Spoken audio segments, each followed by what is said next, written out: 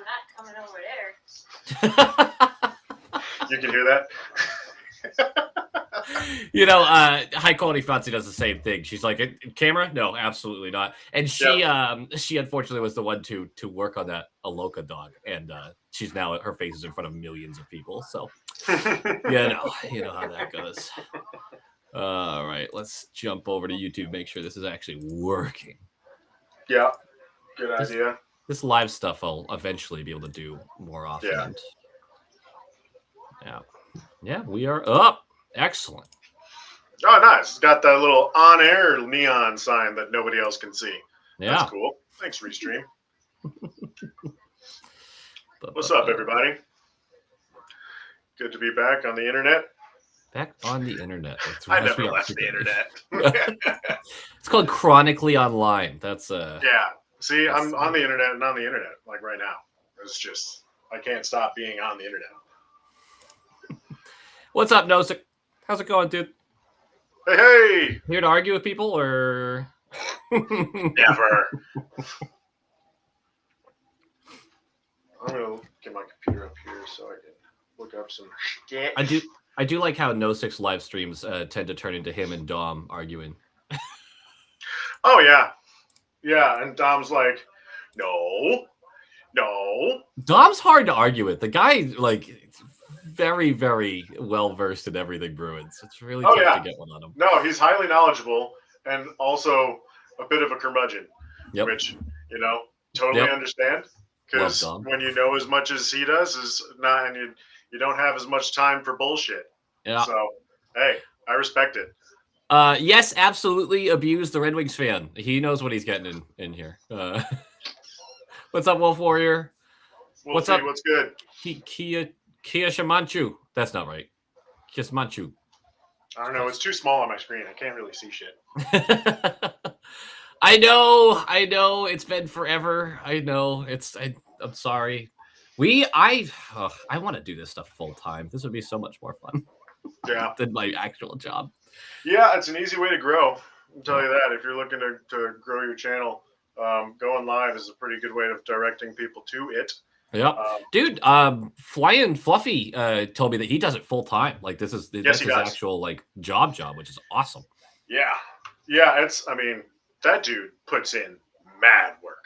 Yes, it's really impressive. Live streams before every game, during every weekday. Game. Yep, and during every game, even on game nights where there's no Panthers game, he'll be streaming the biggest game of that evening. All of the playoff games. That's crazy. Yep. So, if he's doing that for a living, then, that's kind of what you got to do unless you're actually getting, Tom Grossi level views. At least he gets to sleep in the morning. Yeah. All right. Kai Usmanchu. All right, good. Excellent. Thank you. He's teaching me how to say things. Is this a season-defining game? Are they going to revert back? No. No, not at all. Yeah, I agree. For neither team is this a season-defining game. They are probably going to have moments of reverting back to inconsistency. This Bruins team is going to refuse to tell you who they are all year. That's just what it is, I think. Yeah. And for the Wings part, yes, they're sitting on top of the Atlantic, but Tampa Bay is right there, and they've got 3 games in hand, 2 games in hand, something like that. So, yes, they're doing awesome, and you can look at this game as a Bruins fan and kind of mark it with your calendar and say, hey, yeah, this is the game. Circle this one. They're in first place. This is a measuring stick kind of thing. But coming from a Wings fan, we're just happy to be here, man. If we get in the playoffs, that's cool. I don't expect first place. Yeah, I'm honestly just make the playoffs. That's it. And what's kind of funny here is looking at the standings. Red Wings last 10, 7-2-1. Tampa has won their last 10. The Habs have gone 7-2-1. The Leafs have gone 8-0-2. The Sabres have gone 8-2-0. And meanwhile, the Bruins, who have won 4 or 5, have picked up no ground because every team ahead of them has been actually balling out right now. Yeah. The what's the combined on that? I just saw this. I want to say it was 46-4, the top 5 between their last 10 games apiece, 46-4. We aren't the Pacific, I'll tell you that much. It is a Talbot game. It is a Talbot game, Rob. Yeah. I do hope that Geeky is ready, though. We could use it. Hell yeah. Dad energy, dude. That's awesome. Good for him. Jambi, I'll let you answer this one. You're getting some flack for the tree. I call it's no longer a Christmas tree. It is now a laziness tree. Excellent. Yeah. A tree of sloth. We have honored our deadly sin right here. Would you guess that my tree's still up too? It's not in frame, but I haven't taken it down. It wouldn't surprise me. I don't know. No. I wasn't. Yeah, I'd say so. Oh, well, I agree that the past couple of years for the Red Wings, February and March have just been shit. They've been awful, awful, awful, and like Buffalo Sabres level bad. And so, just seeing this team keep it together. They have a 389 points percentage in that month for the last 3 years, something like that. It is crazy. The current pick from Toronto and middle teens right now, like late teens maybe. They've turned it on. They have turned it on. Yeah. Well, you know what that kind of coincided with is the return of Brandon Carlo. He came back and he's actually effective, and it seems like this is very small sample size, obviously. But in watching, I watched the Leafs Avs game last night. Awesome game. It was a lot of fun to watch. But Brandon Carlo impressed me. He was, responsible. He was keeping up, as much as Brandon Carlo can, with the speed and the skill of the Avalanche just by being in the right positions. I feel like there's just a combination of health and learning curve, and that time off really did him some good. So, fuck the Leafs and all, but very, very happy for Carlo the person. Every year, I forget that the first 3 months are going to have all these narratives, and then we're going to get to January and February, and there's going to be teams out there that are like the Leafs, who have a ton of talent, and all year we're like, oh my God, something's wrong with the Leafs, ha, ha, ha. And then, of course, they're going to have a stretch where they're a really great team again. And everyone stayed in the race. Everyone's above 500, or at least fake 500, and, Fake 500, yeah. There's 2 teams now under 500, under 500 points percentage, fake 500. In the East, I think it's Columbus and the Rangers, funnily enough. Rangers look like shit. The Rangers look awful. Yeah, and it doesn't even seem like explicable by on-ice performance. There's just a lot of weird variance happening that's going against them. I'm looking at the standings again. The Rangers are the only team in the Eastern Conference who do not have a point percentage of 500 or better, a standings point percentage of 500 or better. Even Columbus is at 500 way. Exactly. Okay. They're 19, 19, and 7. So, but the Rangers are the only team. Wow. Yeah, that's, from 2 years ago, 3 years ago, was it, when they won the President's Trophy and made it all the way down to the conference finals? And then it was just straight downhill. I don't think I've seen as dramatic a decline.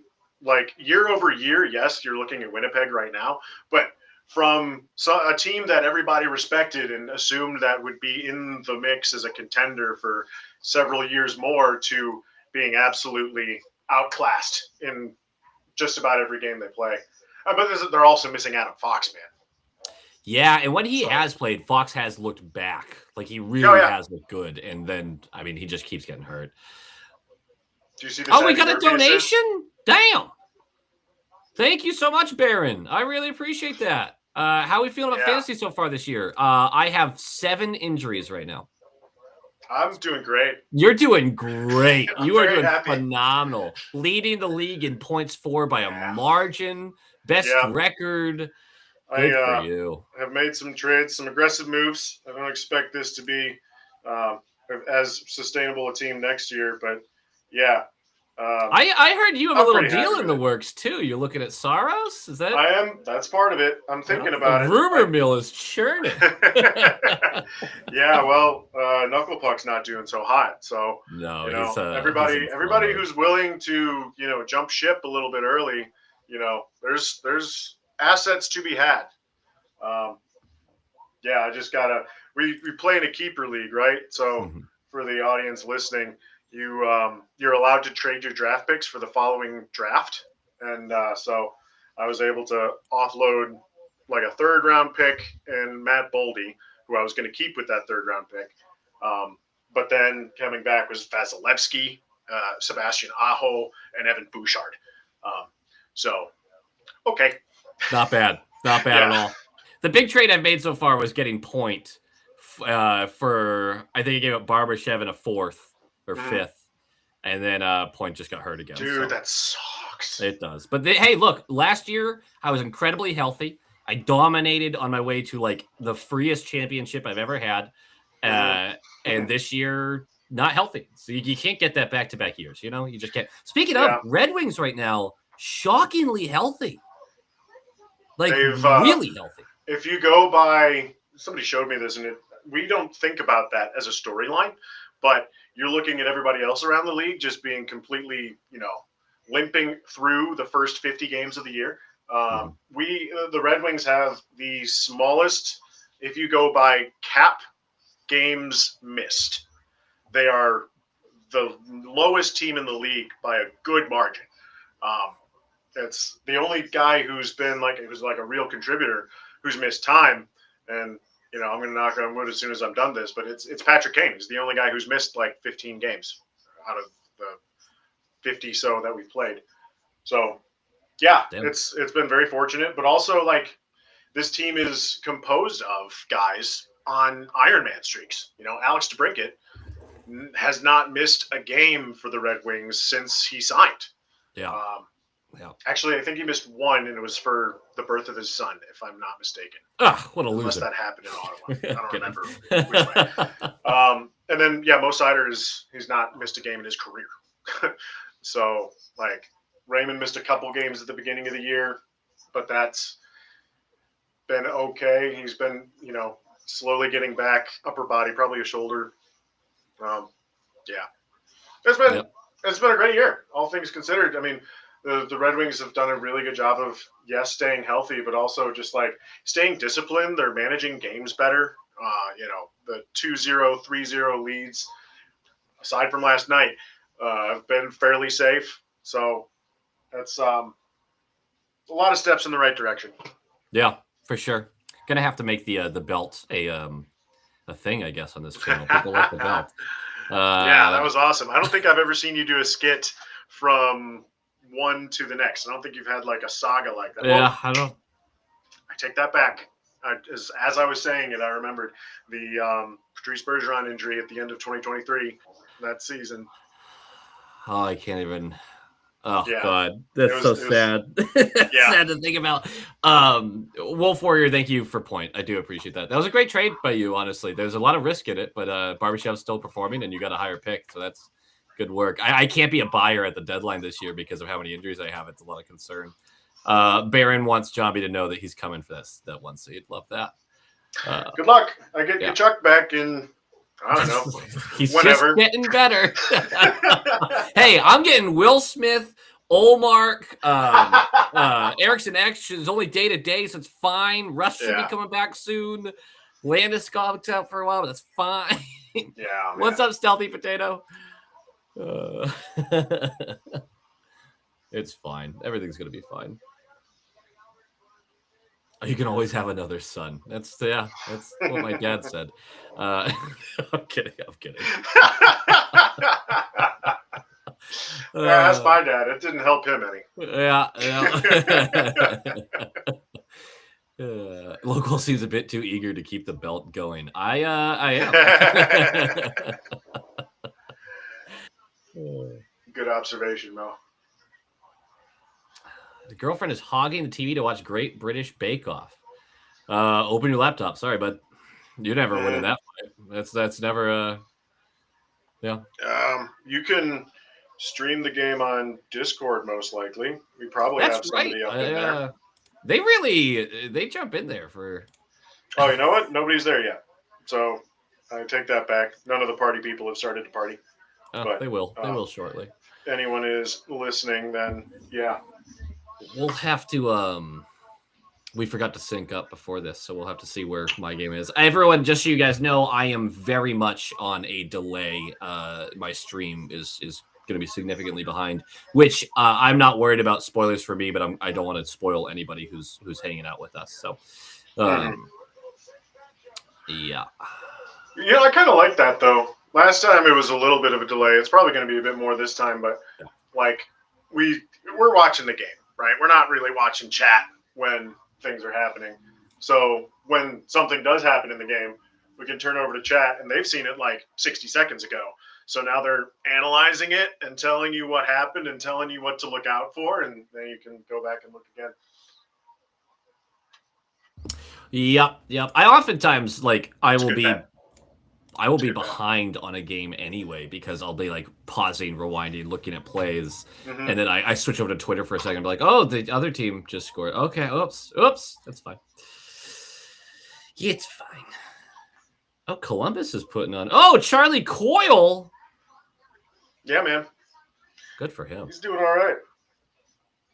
Oh, someone earlier, I think it was Robert again. I think I highlighted it, but he mentioned that holding on to Grzelcyk would have been smart. And as much as Grzelcyk has had some good moments away from the team, and it really has performed well, there are times where you just the logjam starts up, your guy's not performing for you. The change of scenery sometimes is what helps them break out of that. A lot of times coaching is instructing them to go about things a little different way, and it helps. So as much as there are times where I'll be, we should have held on to that guy. I think Grzelcyk needed to move on. I think he really needed that next step in his career. Yeah, and it's not like he found it immediately either. You know, where did he go between? He went Pittsburgh to Chicago. Well, he went to Pittsburgh, and now he's playing in Chicago. Yeah. Right. So and Chicago's using him about as effectively as you can use him because that blue line is huge. And so a lot of them are pretty damn young, like under 22, 23 years old, except for Matt Grzelcyk and Connor Murphy.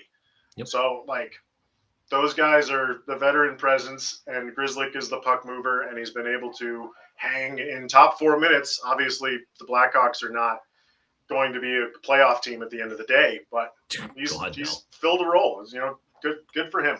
Remember, the Blackhawks, the Ducks, the Sharks, through a month and a half of the season, they were all in playoff position. Yeah, I know. It looks like I'm fucking drenched in piss. That room has jaundice, Mick says. That's pretty good. Yeah, I can Ella, turn this light off, but I think that actually makes it worse. And I don't have my happy light, which is like ring light brightness. It died. I need to replace the bulb. I found that out 15 minutes ago. That's me without my happy light. There we go. Oh yeah. I'm still on commercial here, natural. So I don't know if you're about to get puck drop.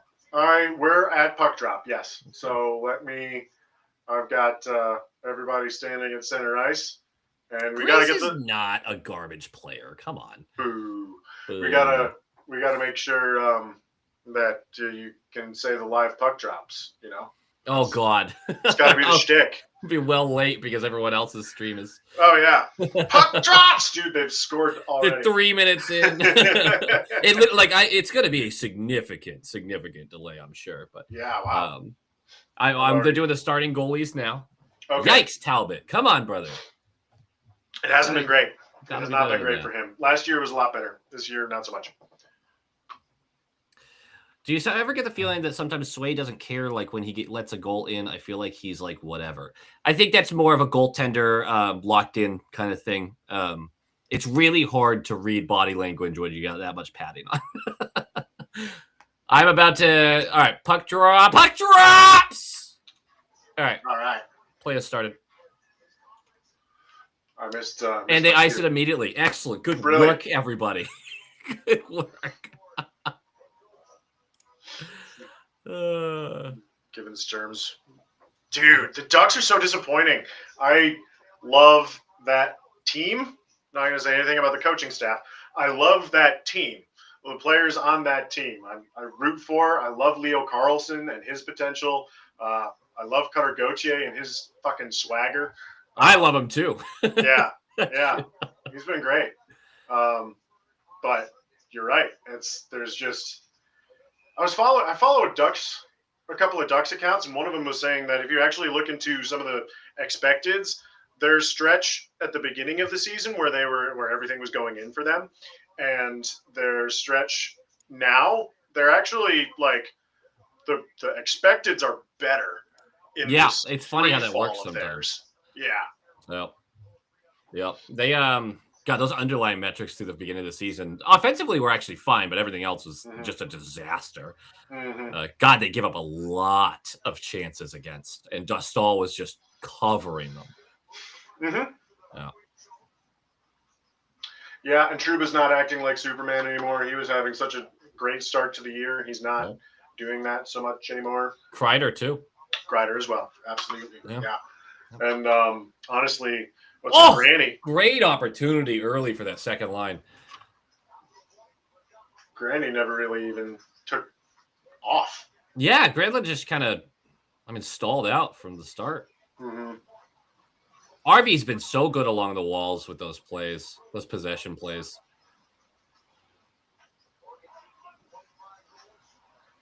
How old is Pelika again? 21. Yeah, so young on that back end. What's your time? I'm at 1837. I'm at 1845. Okay. So I'm a little behind you, but that's fine. Okay. No, I can go click 10 seconds or 10 seconds either way. Yeah. Huge. Yeah. Oh! Just saw that.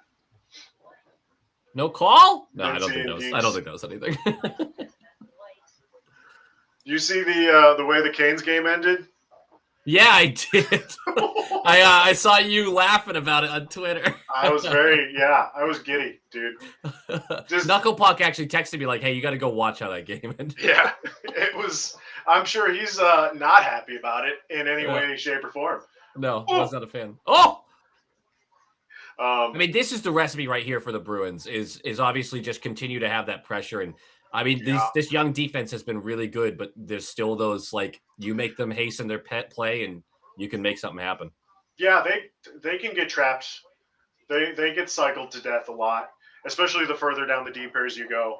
Like, the second pair of Sherratt and Sandin Pellikka is susceptible to that, but they each have a element of physicality and speed respectively that can get them out of trouble. The third pair of Albert Johansson, Jacob Bernard Docker have neither of those things. So they get caught out routinely for 1.5 minute shifts sometimes. Yeah. It's a weakness that people can exploit. Yeah, that's just something you grow out of. For the most part. And they're really looking for this play in the circles. Just try to get it a little low and then open that space up. That's offsides. I don't know why that's not called. That's offsides. I didn't see the puck. I'm pretty sure that crossed the blue. All right, we'll never know. Doesn't matter. It's icing now. What's up, the OG Forgiven? Hey, what's up, newcomer? See, you're so good with the names.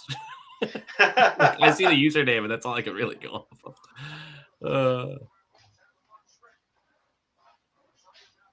This is a good start for the Bruins. 3.5 minutes in, they've had a couple good shifts, a couple nice shots. Yep. The Redwings starts have been awful. Oh, have they been bad? Yeah, they've been. Yeah.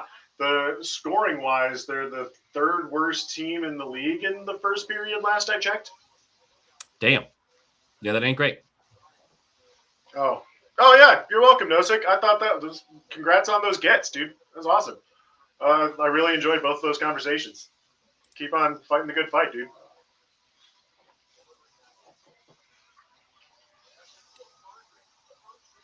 Pasta already holding his face.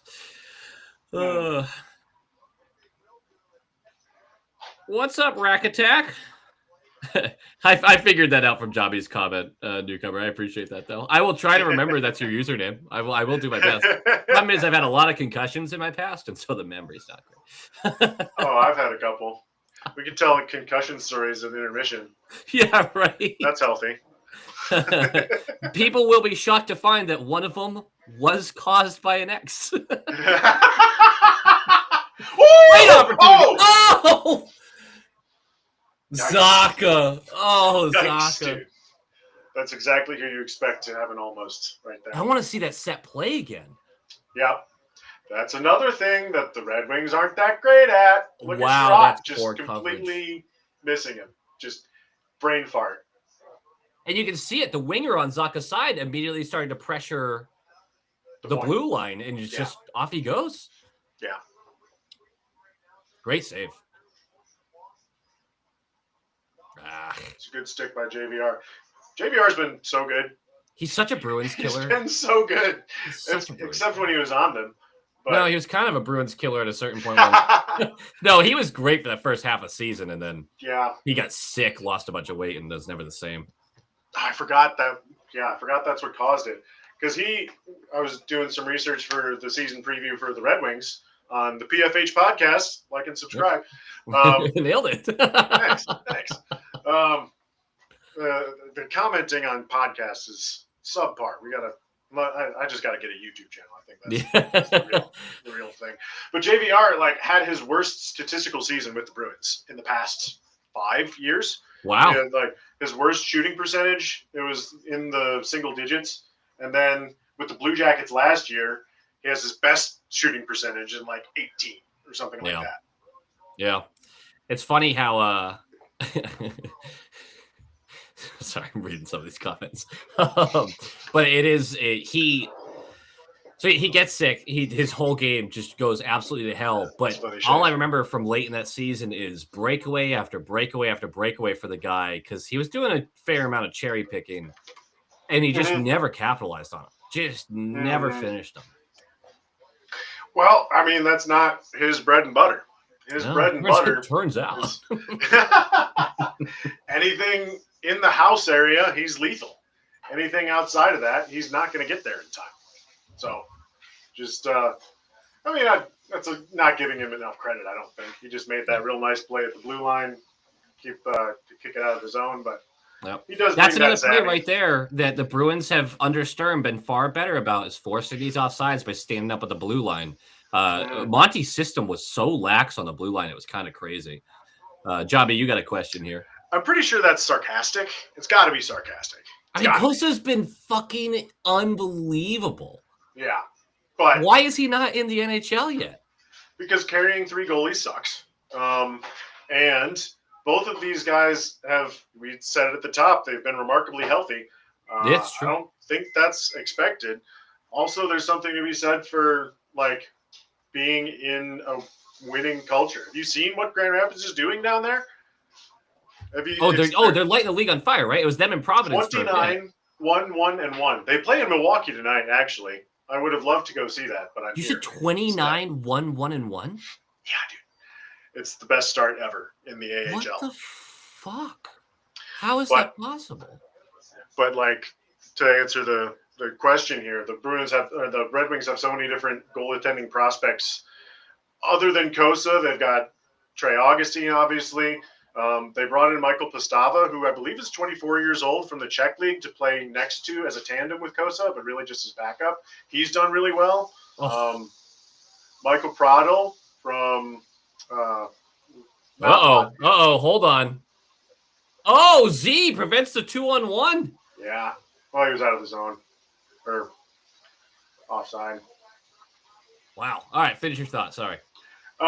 So there's Slovakia. That's it. Michael Pradl is from Slovakia. And so there's just a ton of guys coming up who have NHL potential, maybe backup potential, but definitely NHL potential. They're just all in their, late teens, early 20s. Kosa will be up, next year full time if he's not given the opportunity this year. But John Gibson's just been too good, and it's been his net So if there's 13 to 15. One last 13 to 15, right? Yeah. That's been balling. Yeah. Best Real goaltender quick, in the league since December. hello, No Shield. Great to hear from you, buddy. We got to catch up at some point. Jake, thank you so much for re-upping for the All-Star tier. I greatly appreciate that. Jambi has another question in the chat. People want to talk to the Red Wings. Good. What player that is in common trade rumors? Oh boy. Would you be willing to part with Hampus Lindholm for a song? A lot of people would, actually. Yeah. So that's kind of what we're looking at, is somebody in the bottom four here. And I mean, Lindholm, when he's healthy, is a top pairing defenseman, but he just hasn't been. And so I wonder if Sweeney would be comfortable just like offloading that as a high risk deal. I wonder if Yzerman would be comfortable taking that on as a high risk deal. Otherwise, not really. I don't see anybody who, at least who's in common trade talks, who would fit the role of, something that the Red Wings need. Maybe an Acimont could do good for a change of scenery kind of guy, but he might just need to play for a different style team because he doesn't seem to be thriving here. It's not working in Boston, which is a shame. I'd like that signing, but I did too. Yeah. I'm trying to think of who else is in. That's a 3-on-2 if you get the puck settled. Yeah. Damn. Where are you at now? I'm at 13-20. I'm 13-22. Yeah, perfect. Okay. Perfect. Can't get much closer than that. Mm-mm. This has been a great start for the Bruins. The Red Wings can't seem to get anything going in the offensive zone.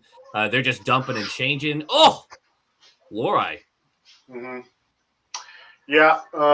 Keep in mind this Red Wings team played last night. Had to travel to Boston and retired the number of Sergei Fedorov. Emotional night. Really very emotional night. Very strange routine.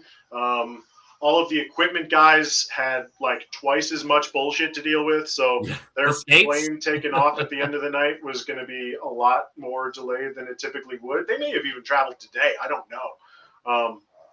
It's a good cycle by the Red Wings here. Keep that in mind. Well, for a minute. Did they use the white skates for the whole game, or did they just do no? For them? No, those were decals, I guess. What you want to call them. Gotcha. Yeah. That's a great find. Vaca again.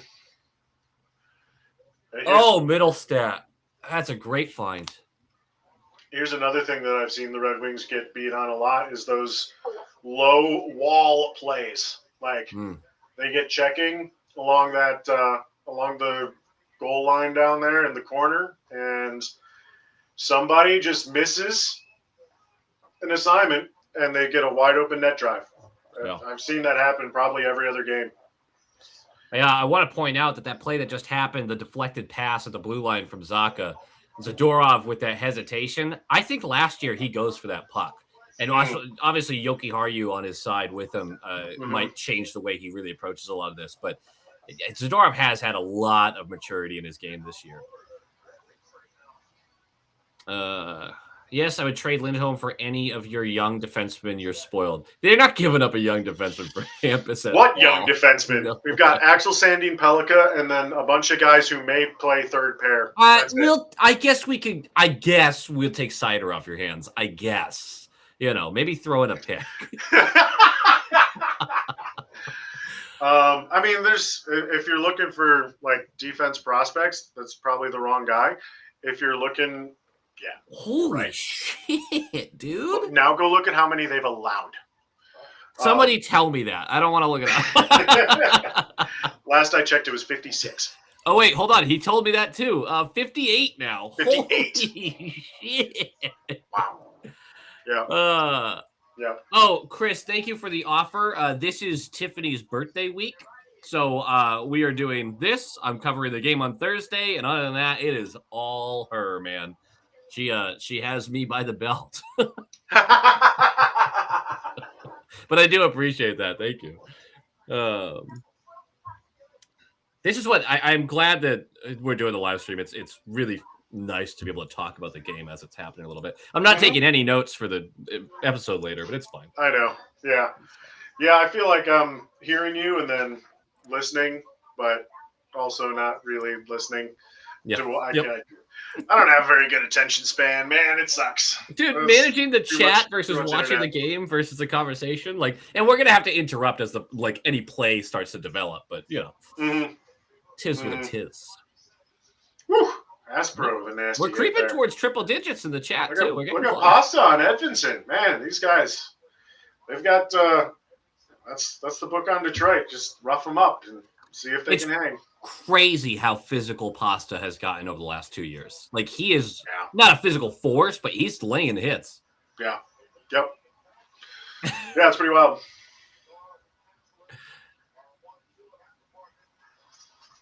That's great support by McAvoy. Yeah. Oh, that's a bad rebound. Yeah, it is. And that's a lot of times, when we talk about poor ending, a lot of times it's not about that initial save. It's about, whoa! Speaking of. Yeah. That was really scary. Guys! what the fuck was that? Oh. Yeah. Oh my God! Someone handle the puck! They weren't even, pressuring. They were changing behind that. Oh my God! I wasn't even supposed to. Oh, you're still great play by Sherratt. Yeah, I thought Shabbat was an anchor for you guys, and he's been fine. He's been up and down. There's been some anchor seasons. Talbot's not seeing the puck well right now. He's not handling. It's been all season. Okay, now you're ahead of me somehow. Oh, am I really? Yeah, what's your time? 46. I am just at 44 now. That's so weird. Well, I just hit plus 10. I'm trying to this. 2 seconds is the best we're going to get. Yeah. The passage of time.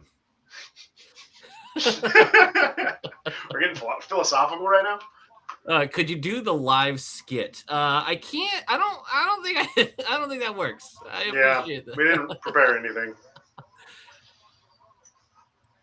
Oh, intercepted. Oh, that's okay. We got numbers. There we go. Oh. That's about as well as you can defend that. Mm-hmm. Shagster, thank you so much. I will make sure that $5 gets to her. Thank you so much, man. That's super generous. Oh, that's nice of you. Thank you very much. On behalf of Tiffany. Yeah, I'm not paying Jambi shit, guys. He's doing this for free. This is totally free. This is absolutely true. But we do, hold on, we do this one thing where we're going to put up at the bottom this little ticker that you should check out. Oh, yeah. Thanks, man. So I appreciate that. Let that run.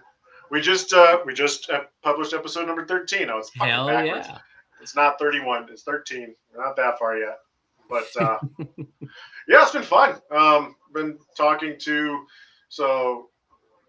my friends who don't know hockey, which is kind of an experience. They can just ask questions and I answer. It's kind of like a Q&A thing.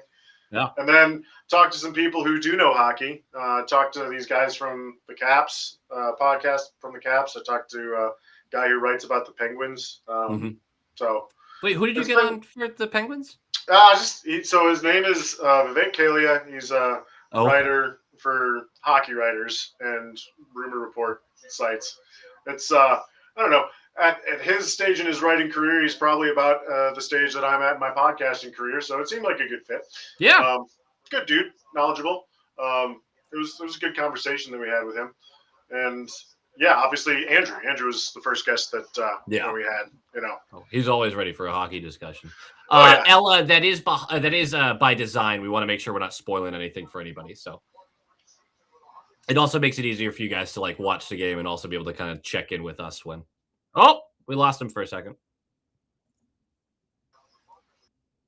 Hold on. I'm flicking him back in. All right. Is that me or you? Swayman covers the puck. I have no idea. That could have been my stream. That could have been. I don't know. I'm gonna put this on YouTube so I can read the comments in front of me better. Yeah, that might be smart. I mean, good enough goaltending so far, but there's been a lot of opportunities. Neither goaltender is really doing a great job preventing rebounds right now. You're gonna want to read this comment. Selling cop. It's harder to score when you don't cross-check the defender first. Yeah, Probably true. I don't think Jambi's defending that play. I think he knows. No. Although I will say, if you look at the reverse angle, it's a cross check. I'm not saying it's not a cross check, but I am saying that Gostisbehere definitely fell a lot harder than he needed to. It makes it really difficult to comment on this stuff when you're like, yes, technically it's a penalty, but also that's kind of a dive. It can be both. Bro, I'm a Red Wings fan. I know all about that shit. Yeah. I can't tell you the number of times I've observed Dylan Larkin get hooked and then fall down. Yep. I am not. Oh no, that stick hit my hands. I forgot how to skate. The Bruins right now don't have a significant diver. Like Marchand was playing that line in his last couple of years with the team. Right. But I don't know. I can't really think of anyone who like Stützle level Olympic diving. I mean, no. There's Stützle's on the fucking podium if he's not the gold medalist, right? I hate playing the Senators for exactly that reason. They've got a few guys that just they get shot every time someone touches them. How are you? Just gonna keep like highlighting stuff here. Oh, we are so close to 100. Oh, that would be fun. That would be fun. I tried to go to posting some Red Wings places and get some people in here where they can. Dude, the draft got busy. We had Oh, that was you this time. We lost you now. Connection keeps coming in and out for me. I wonder why that is. Oh, man. Okay. That's all right. You're saying the draft went well. Yeah, the draft was sick. Like, we had a huge turnout for that. Mm-hmm. Well, it's the first time the Bruins have had a top 10 pick since, 2008? Something like that? Yeah, it's been a bit. Whichever the Sagan year was. Is there a call there? There is. We're going to have our first penalty of the game. Red Wings on the power play. Well, not yet. 6-on-5. Raymond? Nope. Deflects the line. Yeah, if someone's going to score, can it be Raymond just to help my fantasy team? That was in. Okay. Raymond down low, back up to Sider, switch sides with Edvinsson. Oh, that's open. He couldn't handle it. Yeah, that's tough. And back. Oh, we got to, guys, passing lanes. Yeah. Pay attention. This is pretty good coverage as far as you can on a 6-on-5. Go off the post. Out of play. Wow. That was awful. Did not like any of that. That's not the Milan ice rink situation. That's crazy, isn't it? It sounds like everything is going to be done except for like the locker rooms to an extent. Oh, did he get a piece of that? Swayman? No, it went off the side of the cage, I think. No, he got that. Oh. Okay, well, it wasn't going in. All right, fuck you. Oh, yeah. To break it. Yeah, he's good at that. They don't count those as saves anymore. Oh, do they not? They do not. Yeah, I was listening to it was Jesse Granger of The Athletic. He covers the Vegas Golden Knights and is also a former goalie. And they've changed those shot counts pretty significantly because of all the puck tracking stuff. So now those muffins that get, that are not on net technically, are going to be counted as missed shots, basically. Wow. So, I don't like that, honestly. Yeah, I know. I'm sure the goalies don't like it either. Yeah. But it's a big contributor as to why, you're seeing save percentages decline because they're just not getting any of those easy saves anymore. People really are not talking. All right, well, this has been good coverage again. People are not talking about just a significant drop in saving percentage over the past couple of years. Like, the league average continues to go down. Yeah. Yeah, it's below 900 now, which I never thought I would see. It started last year. The first 4 months of last year was below 900, but then it rebounded a little bit. Yeah. Dougie Hamilton, number 9. What a save! That wasn't going on that anyway. All right, we're seeing what kind of fan Jambi is here. That was nice. That's a bad play by Aspero, though. You got to be more ready for that spacing wise. And that's all right. Aspero is still. I mean, I know he's what, 26, something like that. He's still learning a lot about the NHL this year. So 6 years in the minors before making it as a hell of a guy. story. Yeah, that's awesome.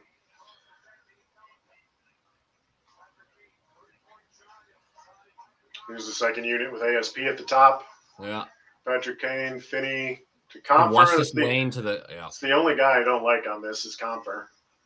I mean, at least I don't like him being on the power play, I should say. Axel Sandy Pelican, what a save. Woo! And no rebound. Yep. No rebound. Yep. Get that shit out of here. Get out of here. Also, people are short talking about shift in the house. What's good? Is that Thomas or Andrew? Oh, wait, hold on. Where's the? Oh yeah. I have no idea. I have no idea which one it is. Both of them have access to run that. I don't. I don't want access to it. Yeah. I think they're a little worried about me. Use yourself. Yeah. Yeah. I found out recently that I cross a few lines for a certain sponsor to want to be involved. Oh no. I'm not going to go into details, but it was a really funny conversation. Yeah. I bet it's one of the sports gambling sites, right? No, actually, because I feel like sports gambling would be like, we don't care. Just get our name in front of children who can get addicted to it. That was my joke, yeah. Yeah, that's fair. God, it's been the longest penalty on the planet. Just killed it. Huge. Okay, should be coming out of the box. Yeah. 3-on-3? Kept him wide. Drop. Missed it. That was a little. Feels like a play was to be made there, but all right. Agreed. But it's the end of a penalty. There's special teams changing out. And people are tired, yeah. Yeah. Oh, Barron's trying to make a move for Geeky in the fantasy hockey. I wanted Geeky to be a part of that trade for Vazzy and Bouchard. It was not, so I got Sebastian Aho instead. And then Geeky went cold. Yeah, immediately. Yeah. Thomas took Andrew's access away. Smart man. Yeah. He knows what's going on. He knows. Andrew is actually he's very aware of his need to debate and to argue. It's important to him. Picked off. Soderblom. Nobody home.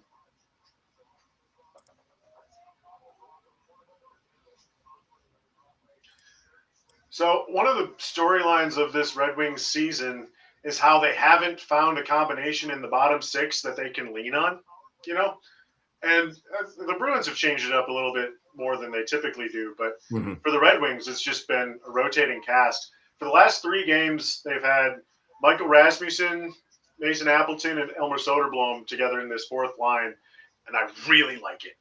I love what this line can do. I love the puck possession. I love the battling in the corners. Like, they're not easy to play against in the D zone, and they can hold on to the puck, man. That's the biggest thing. This Red Wings team is not a cycle team, but they can hang, especially with the bottom 4 for the other team on the ice. So very similar to what the Bruins fourth line has been doing.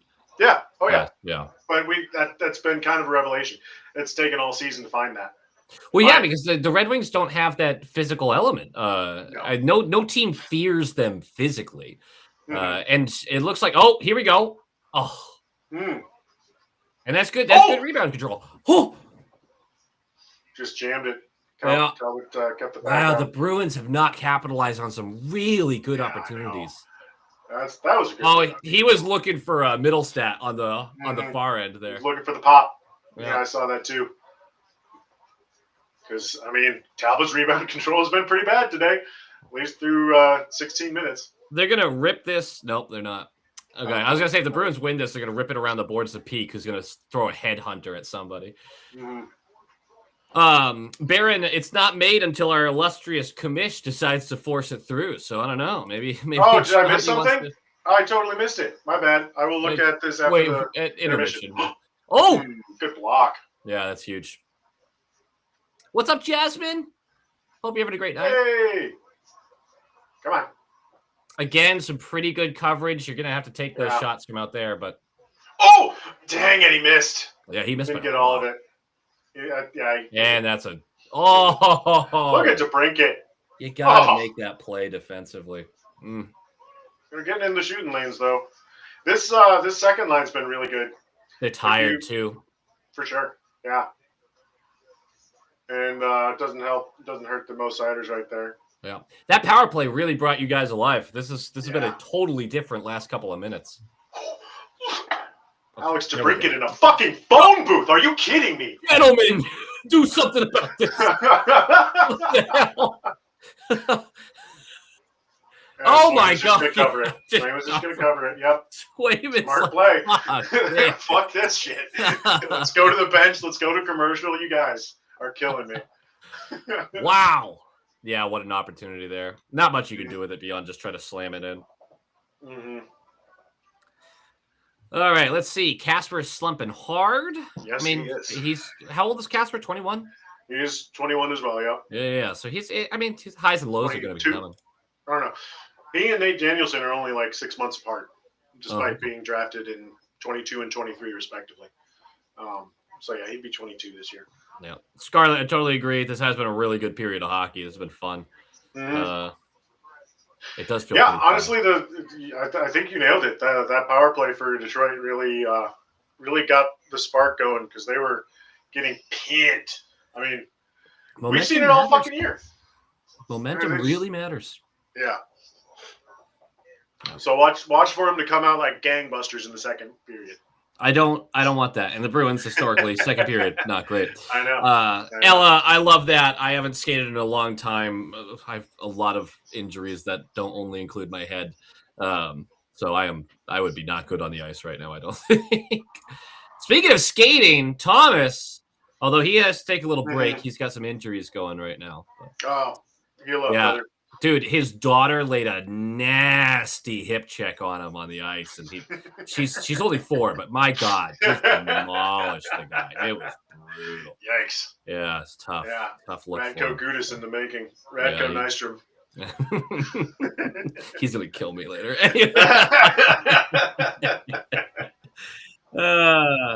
Oh hell yeah! Done with cheer practice. Nice. How happy were you that Geeky and his wife welcomed to their second? I didn't even know it was their second, but awesome. I was obviously when he leaves for an emergency, everyone gets concerned, and then we hear that it's about like his wife going into labor. That got scarier, and then we find out she was at the game. Yeah. That's why. It's like, oh, okay, that makes perfect sense, and I'm sure they did that by design. Of like, I'll be in the building, so. Oh. That played a trick on me. I thought that was going shoulder and in for a second. That perspective made a bouncing puck look a lot more dangerous than it was. So, yeah, the Red Wings started being outshot 6-1. The shots are now 10-12. Yeah. For Boston still, but. Honestly, I'd love to see Boston hanging with this team. This Red Wings team is really good right now. They've been good for over a month. And 1-4 straight coming into this. Yeah, leading the division. You want to be able to compete in these games, so we'll see. The Red Wings are. This is one of those buckle up stats. We talked about it in the last episode of the PFH pod. Like and subscribe. Where reasons for optimism, reasons for pessimism. One of the biggest reasons for pessimism for this team is that they are winning a ton of 1-goal games. Which is great. I mean, you'd rather be winning them than losing them, Winnipeg. But at the same time, you look at what Winnipeg did last year, and it was kind of the same type of thing. When you've got those games on a knife's edge more often than not, then you can. Yeah, they can flip. I mean, look at the Chiefs this year. Oh yeah. Speaking of Chiefs. Speaking of Chiefs. The Atlantic Division comment that you've got on the screen here. Oh, yeah. It's, we said earlier, the record of the top 5 division teams, we do not include the Bruins, despite them winning 5 straight, right? Yep. 4 straight, whatever it is. It's 4 of their last 5. Okay. So they're 40-10 cumulatively. Yeah. Those 5 teams are, what the fuck? Like from a Wings perspective, it's like, we're at the top of the division. Why aren't you going away? Nobody can win 7 out of 10 games except everybody, apparently. I genuinely wish I could this is some nice possession to end the period. I wish that I could get a player's take across the league of You probably don't fear the Bruins in the sense where they're going to eliminate you from the playoffs. They're probably not a lot of players are like, I'm scared of that team. Mhm. But I feel like if I gave them a list of teams they can play in the first round, they're not going to be high in the I want to play them. Because Right. you're trying to like these battles of attrition are never good for a cup run. Yeah. I mean, the Bruins they're a team that'll take a chunk out of you. You know, you might win, but you'll weigh a couple less pounds than you did There's a when you tax started to the pay. series. Yeah. Absolutely, great. Yeah, that's a much better way of saying what I tried to say. They will take a tax. Yeah. You start. It's an income tax, and if you win that round, you get some, but they take some. Yep. Yeah, the Red Wings are not like that. No, but the Red Wings could like a little more fear in beating you 4 out of 7. You know, Mhm. They both have the goalies, or at least they. Gibson is starting to be the Gibson of old again, right? So that's just massive in the postseason. Yeah. A goalie can win you a fucking series by himself. And it's been a while, but Gibson knows what playoff hockey is like. So, yeah, absolutely. Go ahead. Fatherless Heap here. I do appreciate that. We want to do more live streams for sure. And Jambi's been, a huge part of this channel for a long time. So definitely going to be involved in these. Well, thanks, Biden. Hey, you even subscribe. Thank you. Good job, Fatherless. Oh, thank you so much, man. I appreciate that. Anyone who jumps onto this, I'm so appreciative of anyone who's showing support like that, and obviously watching and commenting is support as well. It's just, it kind of still blows my mind that people hang out with us, you know. Ella asks, Pats versus Texans, how are we feeling? Terrified, truly terrified. Yeah. I think the Pats have a lot of flaws, but this is house money at this point. Great season. I'm glad where they got to. And Drake, May is just love. Drake May. Yeah. Fun Drake May fact. I love him. Yeah, the offensive line's pretty depleted. What really bums me out, Baron with a 5. Thanks, Baron. Baron, you're so generous tonight, man. Yeah. What really bums me out about this coming matchup is the Nico Collins injury, and the Christian Gonzalez injury. As a neutral fan of football, I would love to see that matchup. That would have been a battle for sure. Wide receiver 1 and a cornerback 1. But alas, it doesn't look like either of them are going to play. Yep. So, yeah, it's a bummer. Oh, yeah. Oh, I forgot I usually do the tweet after the period. Now I got to figure out. Sure. Yeah, I can answer Baron's question. So, now that the first period is over, what moves before the trade deadline do you want to see your teams make this year?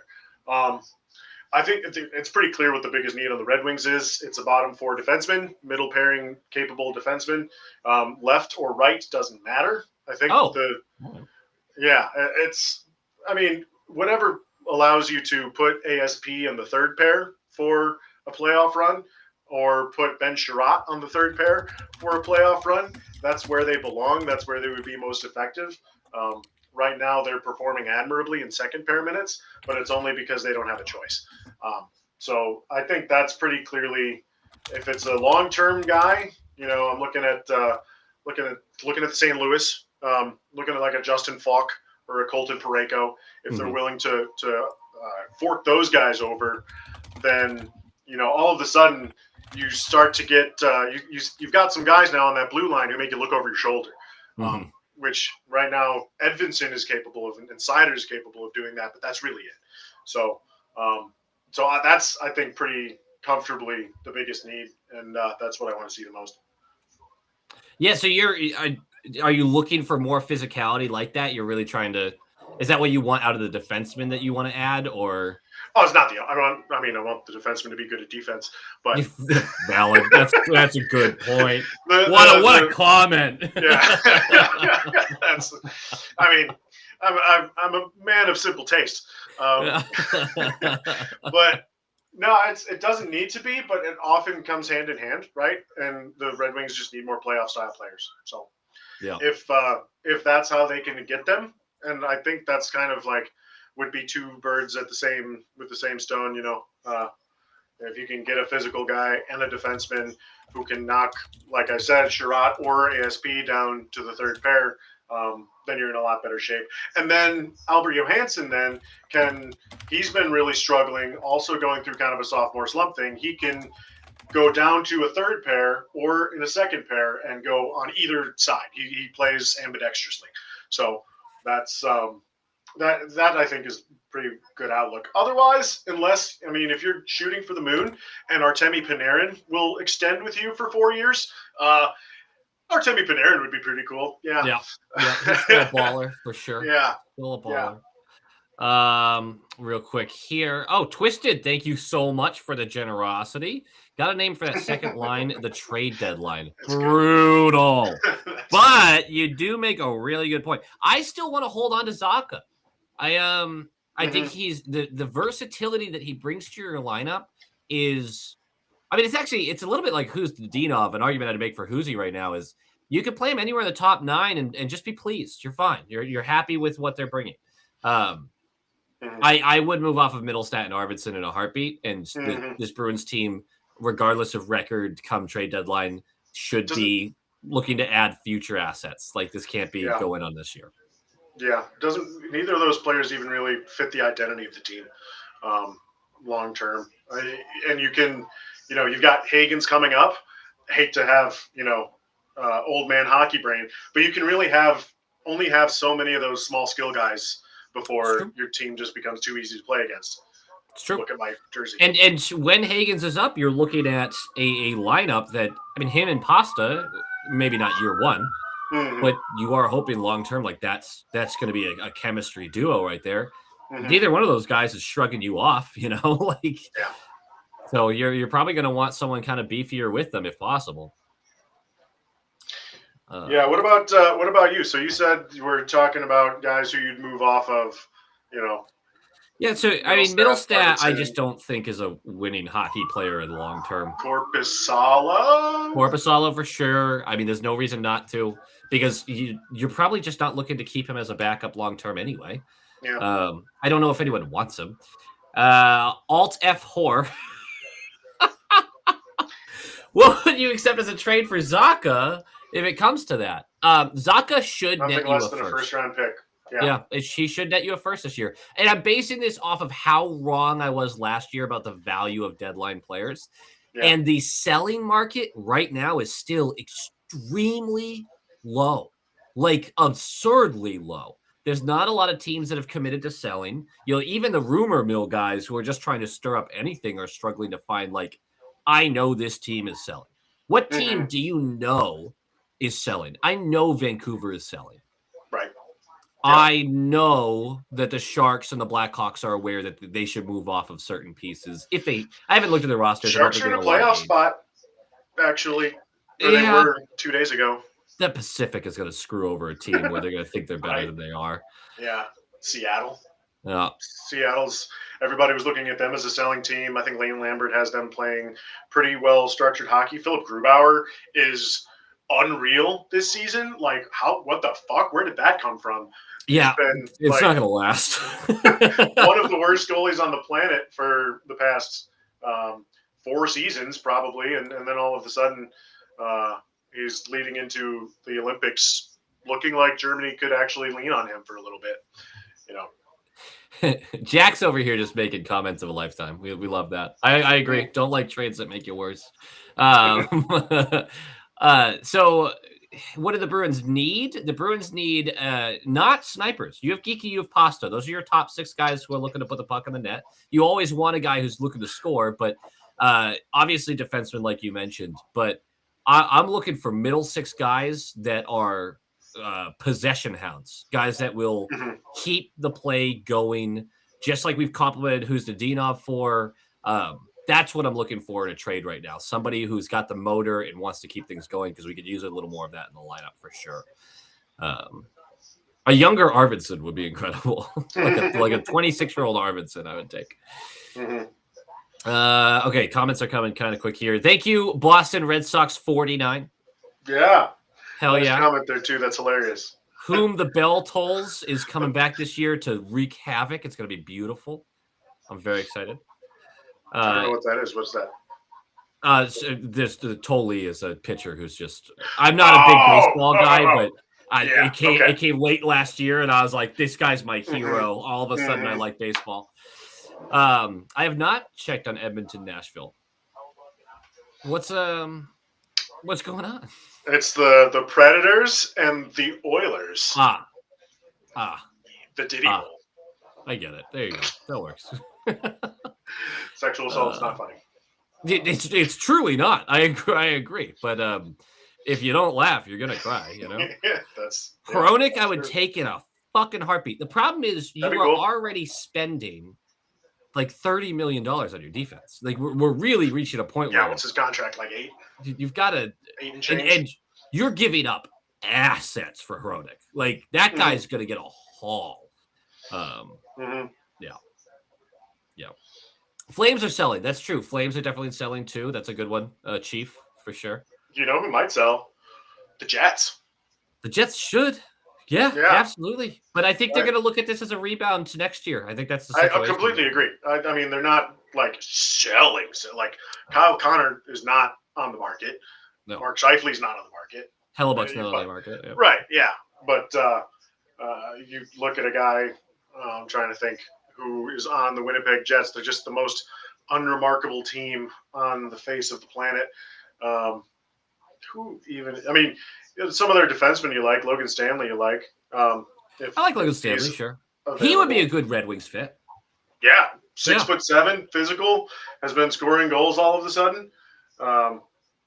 Let's see, Nito Niederreiter. That's another one. He could. He's just a one year guy. But getting the Christmas tree stuff. Oh yeah. Get his ass. The laziness tree. Yes. I do want to twist it.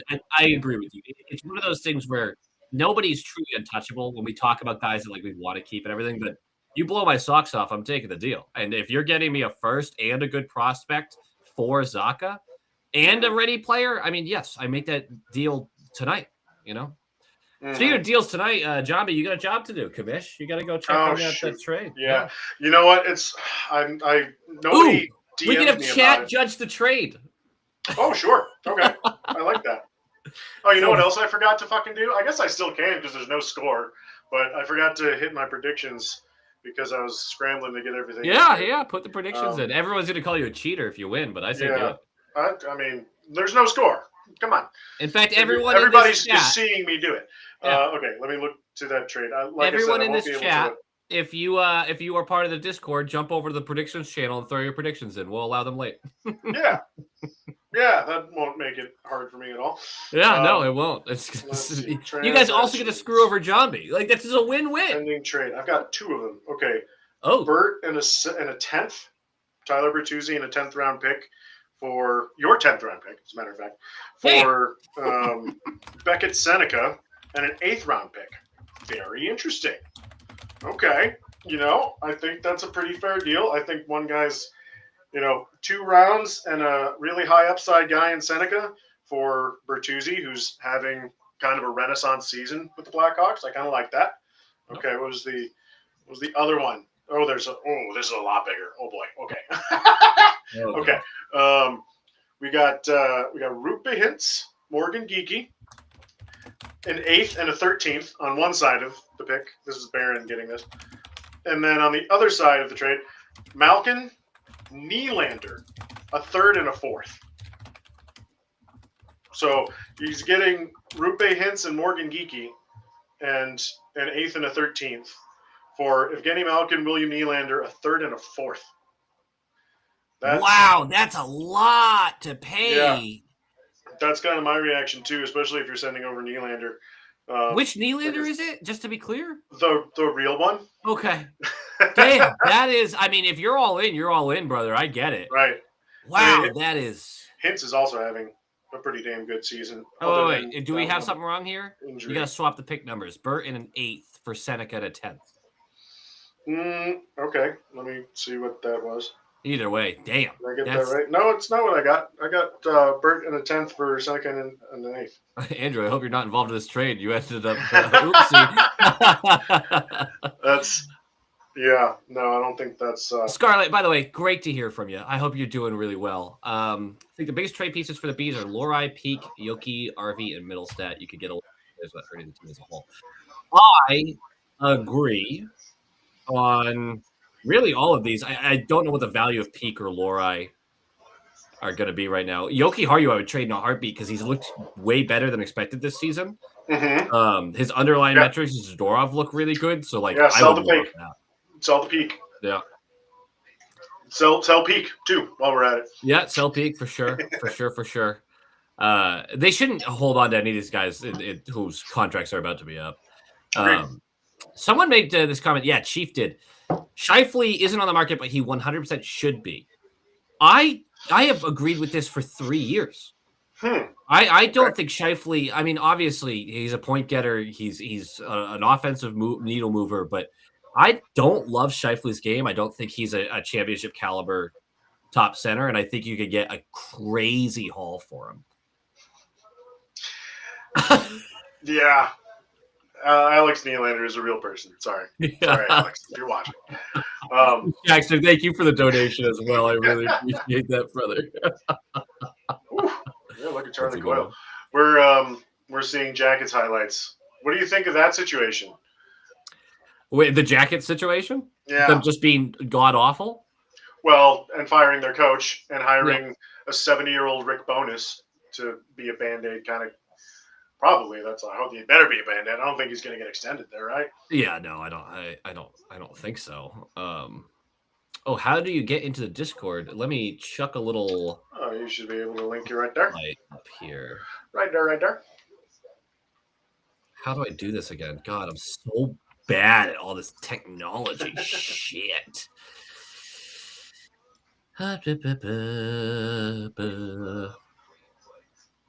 This is riveting, isn't it? Mm-hmm. Yeah, this is the behind-the-scenes live stream. This is, I got to promote everything. I got to find links and look at the internet. Free Zach Werenski from Ohio. Well, we missed on Quinn Hughes, so bring Dylan Larkin's BFF to Detroit. That would be sweet. Well, how about that situation over in New Jersey? That's fallen apart. Yeah. The link invite to the Discord is now in the chat, everybody. Yeah, that's a disaster over there. And now it seems like people are the whole team just seems bad pissed. Vibes. It's bad vibes. It's it's when 10% of your team has the last name of Hughes, yeah, they're going to be pissed that they couldn't make it 15% of your team. Honestly, right? If I was on that team, watching Luke Hughes play as poorly as he has and get the contract that he did and get the ice time that he's getting, I would be like, I'm out. This is not a serious franchise. Like, you guys, I'm not doing this. Different positions, similar situations. Jeremy Swayman last year. That's you expect that a little bit higher impact from a goaltender, but it's the exact same thing. Like, he held out through training camp almost to opening day and played like shit. Yeah. He did play like shit. Yeah. I think also the only benefit he had was the defense in front of him also played like shit. Mm-hmm. So I think both sides were doing the Spider-Man meme where they're pointing at each other and you're like, it's kind of both of you guys. Like Zadorov's comments late in the season when everything goes in. I'm like, yeah, you also leave the guy open. Mm-hmm. I don't know, man. Yeah, there was, kind of a failure of leadership in that room. That was just, everything. You trade the captain, kind of what happens. What do you expect? I'm so happy for Marchand. Oh, hell yeah. People want to hate that situation, but and it sucks. Obviously, he goes to the Panthers and wins the cup and everything, but I'm happy for him. It was a weird. I think the only thing that truly bothered me about that situation is the Bruins did right by him. Like, they offered him a decent contract with 3 years on it. And then when he didn't want to do that, they were like, okay, we'll send you where you want to go. Where do you want to go? We got a baller return, and he got to go to a championship caliber team. And then he starts going out and just jabbing at Boston and the Bruins and all this stuff. Mm-hmm. And I'm like, I don't know, man. Like, I get that it's your personality and we're all having a lot of fun here. Great time. But really? Do you make jabs at Boston when we kind of did everything you asked? We kept prospects out of the lineup early in seasons for you, which is a very well-established rumor at this point. And I've talked to enough people being like, "Oh yeah, that was very real. He did not like young guys getting brought up." Somewhat ironic. Just tough. It is. Yeah. But I love Marchand. I think he's great, and I'm glad that he is finding success. Of course. Yeah. I feel like there's some justified bitterness, but in 10 years, when he's long retired, nobody in this city is going to care. And he's going to retire a Bruin. Like, I'm not worried about that. I agree. I agree. Did this motherfucker, Corey, Gardner, Massachusetts? That's right next to my old stomping grounds. I'm from Phillipston, Massachusetts. P-Town, baby. Represent. Small little town. That's awesome. And yes, Fraser Mitten, just an absolute goat. Okay, we're on puck drop of the second period. Ooh, great point here. Jabbing at Sweens more than anybody. You're so right about that, Zach. You're so right about that. Oh, yeah, so I am 10 seconds in. Yeah, 1951 is where I'm at, so you're 2 seconds ahead of me. Pretty close. All right, so this is Jambi's been talking a big game about their second period. They're going to come out hot. So let's see what the Bruins can do with it. Let's see if Jambi's right. They, by the numbers, they're top 5. I don't remember which seed exactly, but top 5 in the NHL in second period goals for. What do we say to numbers we don't like, guys? Shut up, nerd. Oh, that was almost. That was close. But, shut up, nerd. This is interesting. JVR's up with Kopp and Kane. Is something wrong with DeBrincat? Oh, boy. God, I hope not. We talked so much about the injury luck this year. If somebody said that, I cursed him. And I'm like, bitch, you best be wrong. Yeah. I haven't seen him on the ice yet, though. That's a great pass. Oh, my gosh. Not where JVR typically goes. Laura, I can't handle it. Okay. All right. Love, hey. Dampen, I gotta say that we want 10 chant might not be coming out for this one. They just might not. Costa and DiPietro are tied for first. Really? Miroshov has been so good. He might be the future. It's so hard. It's so hard to see know if they'll take the next step, but the Penguins might have somebody there. Truly. Yeah. Which that Skinner trade for them is so good. It's so good. Get out of that money. So good. Yeah.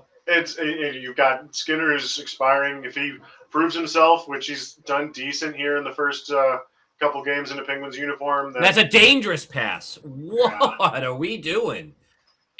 And another. Then it could work out for them. Yeah. That was a bad one. That was out of play. That's a really rough shift. Just two really high danger passes that you don't need to make. Don't need to make that.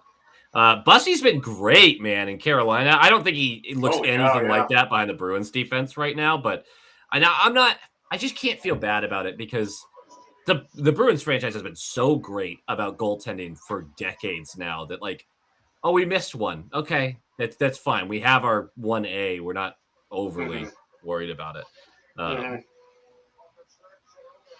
Yeah, and it sucks sucks for DiPietro that he's got to stay down there. They've got to. I know Corpy's been doing real well in the last couple of weeks. I still think you got to move off him. And let your AHL guys become what they are. Also, you need to fucking draft some goalies, guys. There's nobody behind these dudes.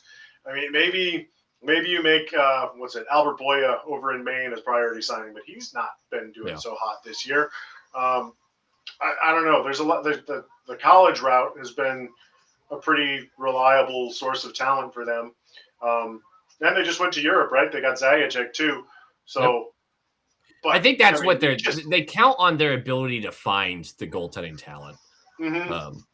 Little coercion in the draft are kind of a crapshoot. Yes. Guys, tape to tape, please. Police. Delayed penalty, though. All right. Bruins on the power play, still. That's right, Black Bear. Come on, PP. Let's do something.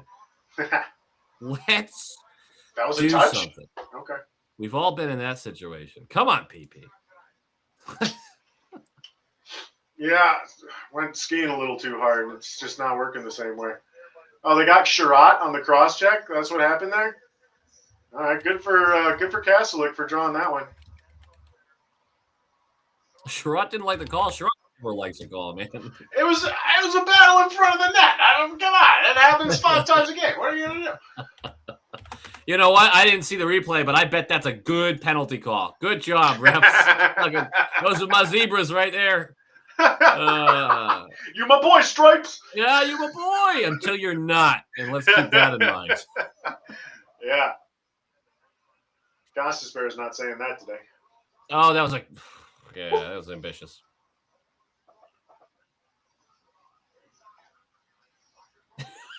I really enjoy McAvoy just sitting 3 feet from him with a stick up. Like, I'm a better option. Yep. Look at that. The Red Wings have a league average power or penalty kill. Woo! You guys are It's league not average. last. So you guys rank 16th in goals for per game, 16th in goals allowed per game, and 16th on the penalty kill. 16th overall goals per game? Or 5-on-5 only? I think 5-on-5 is probably. Oh, sorry, I got a little locked in there for a second. Geeky going, he's got to have, 12 posts since his last goal? Overall, for goals for per game. Yeah. Oh, that was off the bar. Yep. Jeez. He can't stop hitting these pipes, man. I thought Lindholm got a piece of that. Nope. Speaking of Phillipston, Massachusetts, can't stop hitting these pipes. That's sad, actually. There's a lot of drugs in that town, unfortunately. It's okay. It's fine. Battle through it. Yeah, we battled through. Drugs, good idea. Nice keep in. Yeah, that was good seal. Let's see, Larkin, Rasmussen, Bernard Docker. Nice. Great find. Yeah. Okay. I mean, this is good movement. Blocked his own dude. I think that hit Zach in the Nats, dude. Oh, that was ambitious. Yeah. Larkin. Yep. Oh, what a defensive play. Did that roll off his stick, or did 25 want that? Hey, you go, kid. He's not a kid. He's 25. Wow. What a stop. Okay. Geeky is the new king of ping. I mean, we're getting there. I would love to give Merck a real shot considering he's actually lighting the AHL on fire this year. Yeah, a couple of guys are, but I really don't think they're going to go with Merkulov. They just don't. Yeah. They don't see what's going to help the team, unfortunately. But and every time they bring him up, they don't even give him a real shot, which was frustrating. I know. Yeah, if you're going to bring somebody up, it's for a reason, especially somebody that young. They clearly just view him as nothing more than an AHL call-up. That was a really nice play. That was a nice move. Yeah.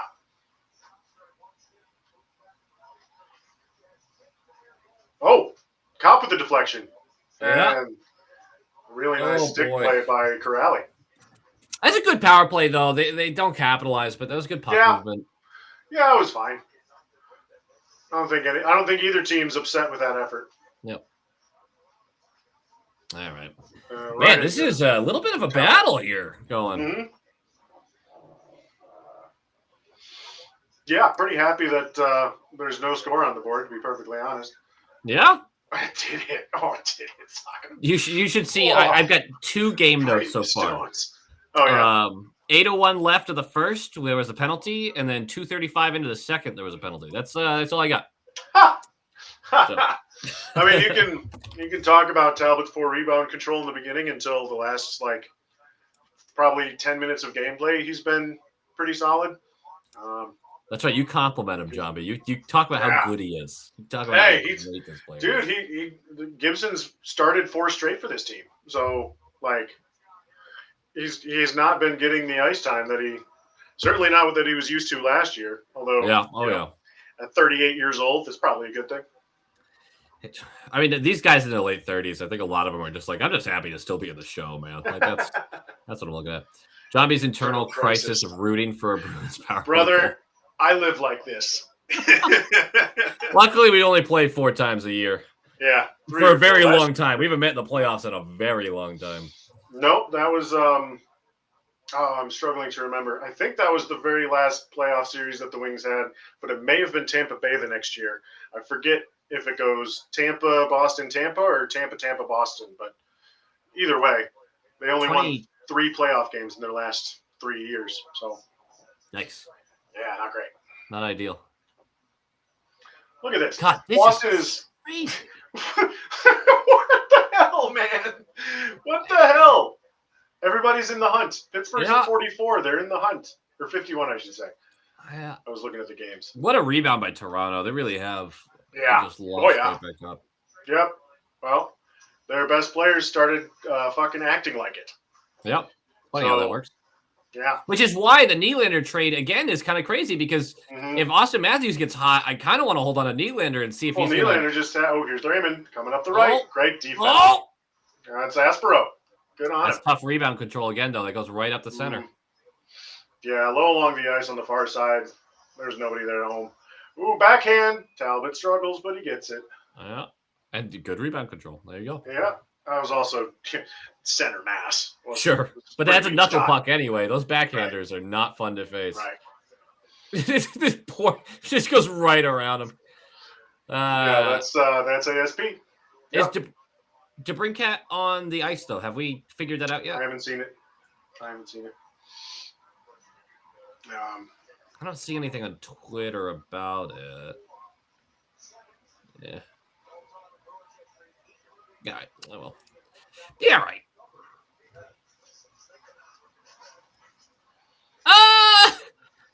Yeah, that was just a good wall battle. There was nothing illegal about that. That's just staple him. Yeah. Sure, the puck went past you, you wrapped your arm around him, then put him over your leg. But that's a legal hockey play.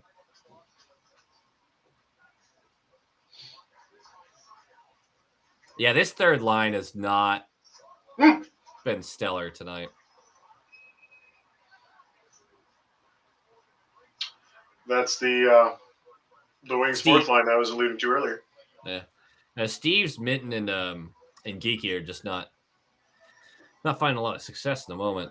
Oh, that leg was up for a second, too. That was scary. All right, let's see what else we got going here in the chat. Need to stop giving Lori the green light to lead the rush after we've already set up in the neutral zone. Yeah, I mean, that's a valid point. I don't know. Lori's game is just so hard to predict right now, too. That's kind of the hallmark of his game. Yeah. It seems to me. Yeah. Like, biggest complaint with this front office is how they handle their prospects in depth pool. They much rather sign fourth liners than trust Merck, Potsy, Liesel, etc. to figure it out. I mean, yes, I would agree that they don't give leash to players. They don't really give them a big chance, and it takes someone truly special to like come up and stick more often than not. But at the same time, they brought in Fraser Minton, 21 years old, who's Nadinov, who's granted 23, but I mean, these guys who are newer to the team, give them a little look last year. And then, I mean, these guys have earned jobs and truly, truly earned jobs this year. Liesel is going to get a chance late this season, I think. But yeah, it's the problem that we're having in Providence right now is Mougenel keeps talking about the lack of commitment to the details by a lot of these guys that we want to see called up. And Liesel's been better in that regard, I think. But when you say that for 2 years straight, and then the guy's been better for a couple of months, I can see why you're hesitant. But I agree with you, Scarlett. I'm not arguing with you. I think they could do a much better job of finding and growing their talent by actually giving them a shot. When you say 2 years straight, it's been 2 years straight. Of Liesel getting these complaints about his there's no breaks in there. There's not been a 10-game, 12-game here where he's been complimentary towards him. So no, and he's been scoring points the whole time. Liesel's been basically a point per game this entire time. But yeah, I don't watch enough Providence to make a judgment. I honestly barely watch enough Grand Rapids to. I know my way around. I know the roster decently well, but it seems like in a lot of those, in both cases, yes, there's the prospects that you're focused on, and as a Bruins fan, you want to see develop. But Both of those teams are pretty veteran heavy. Yeah. You know? Oh yeah. Especially Grand Rapids. Like you've got I'm NHLers surprised. on your blue line there. I'm surprised I haven't heard anyone do the whole Patrick Brown thing because he's just racking up goals and points. But I think everyone understands. Well, it doesn't translate to the NHL, so I'm going to leave that one alone. I like this. Kuzi has Marshy potential for this team. It's the easiest comparable for sure. Oh boy. Oh, I think he just missed the net. Yeah, I think he did. And Talbot swallows it. I think he went high. Damn. Yeah, he knows it. He's pissed. This fourth line, man, they do create these opportunities. Third pair. Again, letting the give and go up. But yeah, that wasn't even close. Yeah. Sailed over his head. Yeah. No, Kuzi as a Marchand comparison, I don't know if he'll ever have that kind of scoring ability that Marchand has, but if he can be a middle six pure motor guy that retrieves pucks the way he does, I'm super happy with it. He's so damn smart, man. Yeah. Like, intelligent player. He's not big, but he knows where to be. He knows what moves will beat you. He knows when he's got the skating advantage, right? Like I've seen that dude blow by people who are flat-footed more often than I can count. Yep. He's just his hockey IQ is outstanding, and it has to be at that size. It has to be. Ty Anderson consistently says that he asks about Liesel, and he hasn't heard that many complaints. Lots of mixed messages about him, in my opinion. So this year, yes, it's been a very different story this year, and maybe Ty would argue about the last couple of years. But everything I heard from really anyone close the last couple of years was much more about his attitude. Well, not his attitude. Sorry, his commitment to playing the system and his defense. But I get sick of the whole he's not a great defender. Yes, he's not a great defender. That's not what you drafted him for. He's a playmaker, and that's yes, you want him to be serviceable defensively, but. What should Arvidsson get kicked off the team tonight? Pasta get kicked off the team? These guys are terrible defenders. Yeah, I don't know. It seems like they had that Arvidsson injury. Get it on net! Yes, my love. Pasternak off the left wing board, skates up around, skates back. McAvoy at the left point, getting pushed off the puck by Alex DeBrincat. Charlie, please. Yeah, there's some sloppy hockey going on. I mean, good job ADB for making that happen, but Charlie McAvoy has about 7 inches and 15, 20 pounds on Alex DeBrincat. There's no 7 inches? How big is DeBrincat? He's 5'7". McAvoy's like 6'3", right? No, I was talking about their. Oh, wide open. How do you let that happen? Oh, what a save! Flesh in the leather. There you go, Cam. Good Minty mixing it up. Come on, man. Come on! This is the best Talbot game we've gotten all year. Not all year. You know what his second best game is? The last time he played the Bruins. That's true. It was one of the biggest reasons why they got a point in that game. Yep. Oh, and it's geeky too. I didn't even see who made the play. Oh, dude can't buy tough. One. Edvinsson gets away with the slash there. Wow. This is really the goaltenders are not allowed to blink at this point. It is it's locked in. Fire sale hockey. Let's go. We are a couple of months away from her being low-quality Bruins wife, but we're very excited about it, of course. My boy's getting wifed up. Getting wifed up. How long has your relationship been? When did you call it official? It's kind of complicated. It's been like a 7-year relationship at this point. It's been a long time. Yeah. So after about 4, it kind of becomes inevitable, more or less. Yeah, we weren't in a rush with where our careers were and everything like that too. And then our engagement, we got engaged 2 years ago. There was just a slow engagement. Yeah. Destination engagement, proposed in Thailand, no big deal. Yeah. Uh-oh. Some pretty good stickers there. I can't believe he doesn't try to make that pass. because it's Michael Rasmussen. He has zero offensive instincts. That'll do it. Oh, it's a nice play by Middle or Appleton rather. All right, we'll take the possession. It's a fast-moving game, man. Yeah, no, it's like that's what we're talking about. It's through. like the attention to detail, the how much effort is he giving, how much of the structure is he actually following. Like, I mean, that's oftentimes been it. It's just this year, I feel like every time I've checked in, he's been much better. Geeky does suck.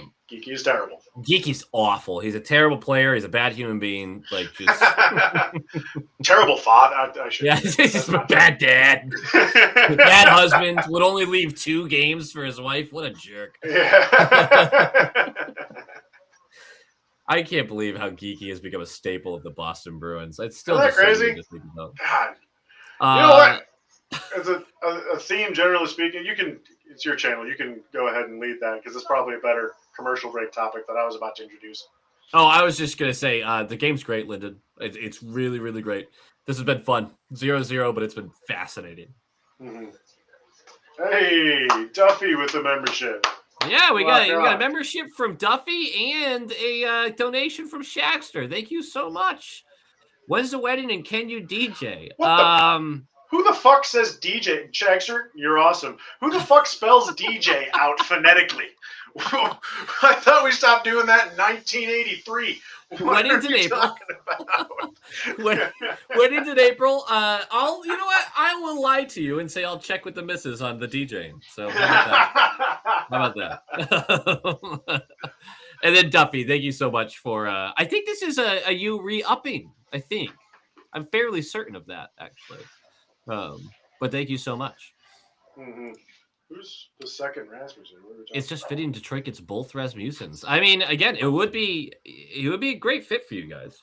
Oh, Rasmus, yeah. You're talking about Rasmus Anderson?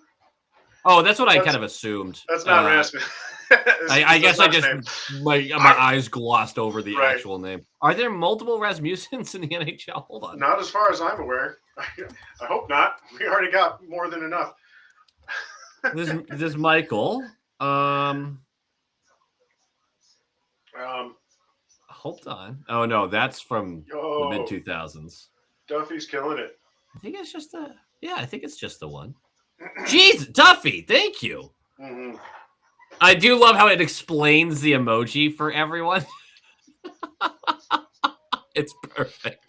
Duffy, that's super generous of you. Thank you so much. I really appreciate it. This stuff goes to the wedding fund, my friends. It really does. Stick taps. What I was going to say, now that we're in a commercial break, the pro scouting of the Boston Bruins is, like, as far as I'm concerned, there's not another team that does it better. I mean, maybe you could make the argument for Washington with how well their trades have gone, but, like, you're getting Geeky off the scrap heap, turns into a 30-goal guy. You're getting Kuznetsov, who was a castaway in a piece from, a team that did not value him. Yeah, he was only playing fourth-line minutes for the Wild. Right.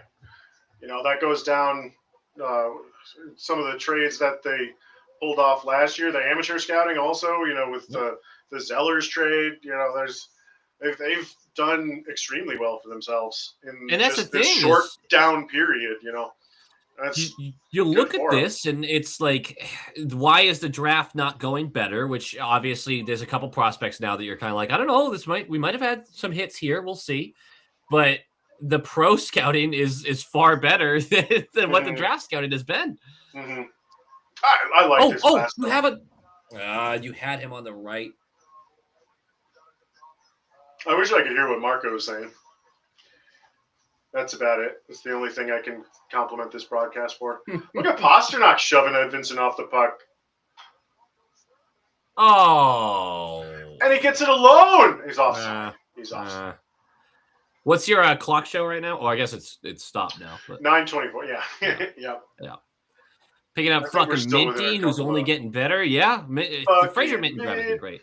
But that was also basically... I want to compliment Sweetie. I don't want to take anything away, but I'm sure they asked for Cohen first, and then Minton was their second guy because the top two prospects for them. So just A massive get, though. And I'd rather have, I think, the guy who's going to play a responsible game for the next 10 years for us. Although Cohen has looked really good this year in moments. Yeah.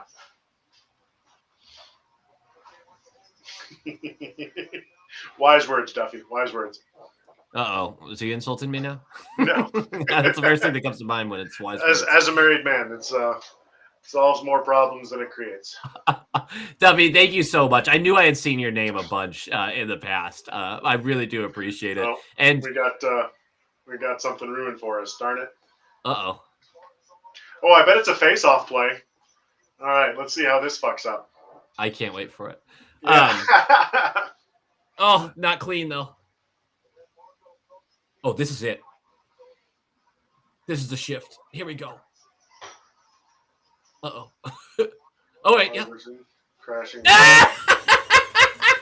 It was the shift. That's we called it, boys. That's a snipe. We called it. Oh, I'm never right on those. That was awesome. All right. I think I'm a little ahead of you now. Yes, you are. I'm about to put the fast forward 10 seconds. Chris, you're saying they didn't ask for Cohen at all. They just immediately went to Fraser Mitten. Because I gotta imagine you that's a bold take. Wings are tired. Look at them. They're just gassed. What a great shot. Yeah, King of Snipe might be right. Zaka stole Geeky's powers. Monstars. Yeah. Fantastic. That's a huge... Now, where's the game going to go now, right? Are we about to see it completely, unfold and everyone's going to start plotting some, or... Oh, maybe. Maybe. I don't know. If Swayman hasn't really been challenged, I definitely lied to you. The second period for the Wings has not been super energetic. There hasn't been anything... No great A's here through the first half. Yeah, that's true. That's, back-to-back with travel. Crazy night last night. It's a scheduled loss, really. I don't think the chat's going to be too kind to your excuses, my friend. I think they're going to have something to say about that. Hey, it happens, man. It's also the third game in 4, so keep them coming. Keep letting us know. I'm not upset, but for a young team, you know what I mean? That's one of the biggest things that I feel like people who've been following the sport know enough, but a lot of people just assume that because you're young means you're well conditioned, and that's not the case at all. That's not the case. I agree with that. Actually, another play to point out though, that icing right there, that's a completely unnecessary bad icing when momentum's already against you. And those are the kind of mistakes that you really try to limit with the younger rosters. I don't know which player did it, but that's not a play you want to see in this exact moment, I don't remember. Yeah. I think I was watching the chat that time. Set play off the face-off. Here we go. What do we got? Oh, that was a trip that was not called. Okay. Oh, he's ahead of me now. That's good. Oh! Got his ass. This is how I watch hockey games. I giggle at everything. Shagster, thank you so much. More generosity, brother. I really appreciate that. Pavel, Zaka. Absolutely. It's a legacy week for the guy. He's been just nails.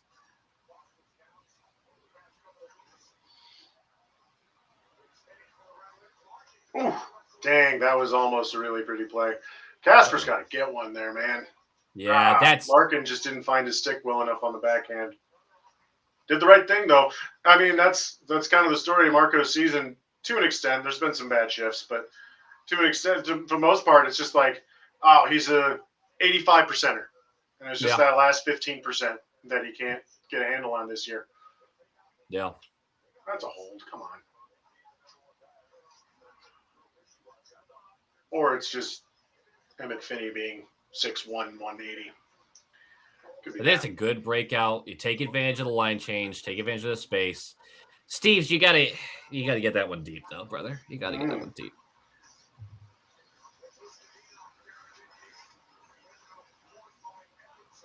Nice play by Ed.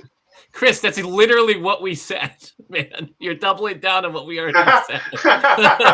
Is that they wanted one of those two guys, and they ended up getting Mitten. Yeah. They got the guy they wanted, is what he's saying. Which, one of the two was going to be happy with it. Yeah, you take the center. That's also why like Middlestat comes back in that Coyle deal largely to get Will Zellers. Oh, for sure. Like that's And Colorado last year unloading the clip basically didn't pay out last year, but this year it's turning out pretty nice. Terrifying, yeah. Oh. See, this is the Detroit needs. One-timer, good rebound control. Oh, awful defensive play there. Mm-hmm. Good work. Who was that defenseman that just gave that up for nothing? No contact, anything. Yikes. Yogi, how are you? Question mark? No, Elias wasn't even a defenseman. Just mishandled it. It happens. Is it just me or has Steve's been kind of quiet lately? He has. Mm-hmm. But I think we can all expect him to be loud. Recognize that he's right. One of those players. He's going to have his great moments, great stretches, and then he's going to kind of fall back in the fold a little bit. I expect Huznadinov to have a couple weeks where he's a little quiet for a bit. And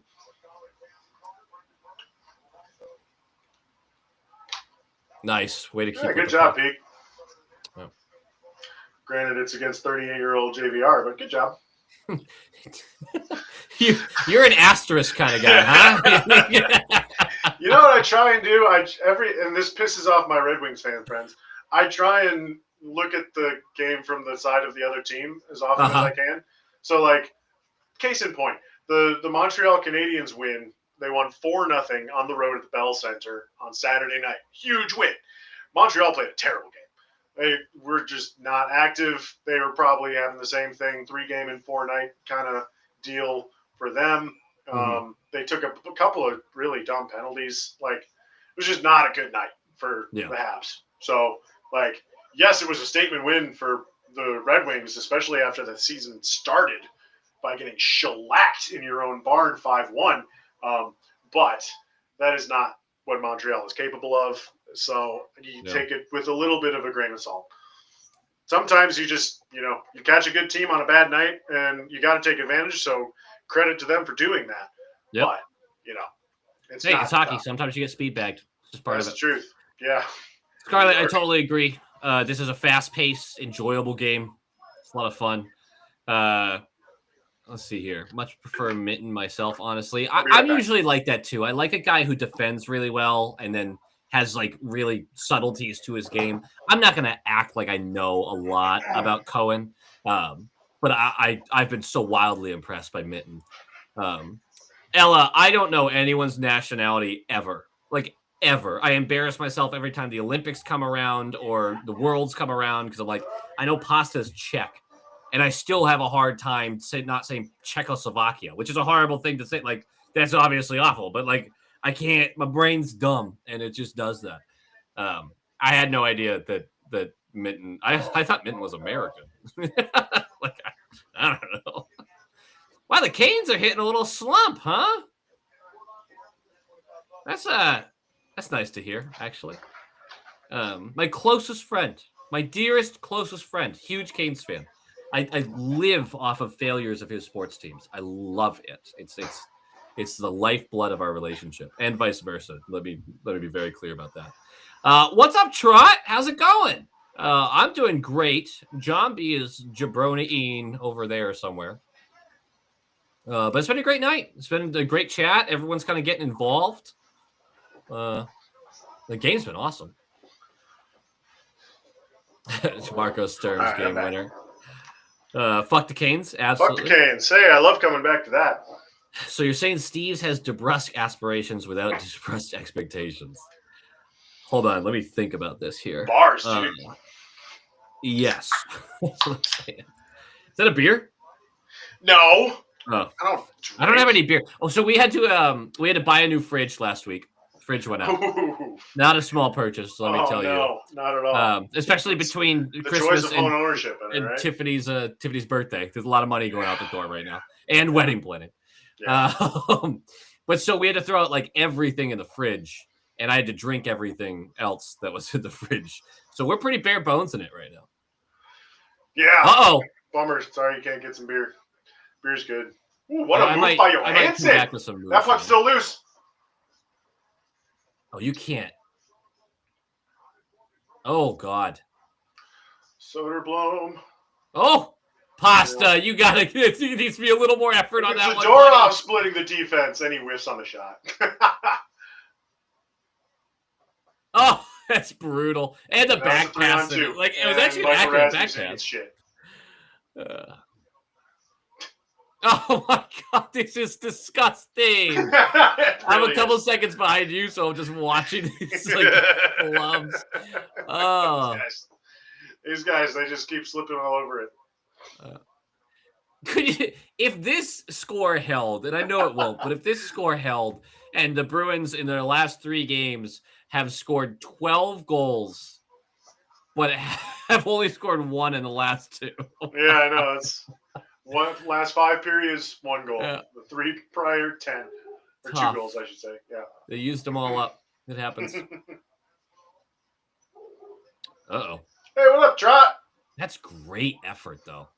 And a bad pass. Good fucking movement to get back to that post. Mm-hmm.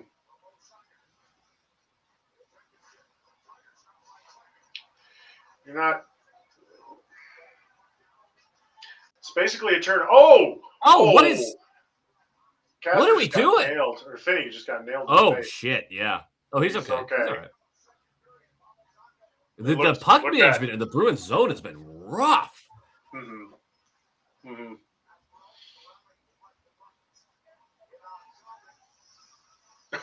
Cam, be predictable, please. Be predictable to your boys at least, right?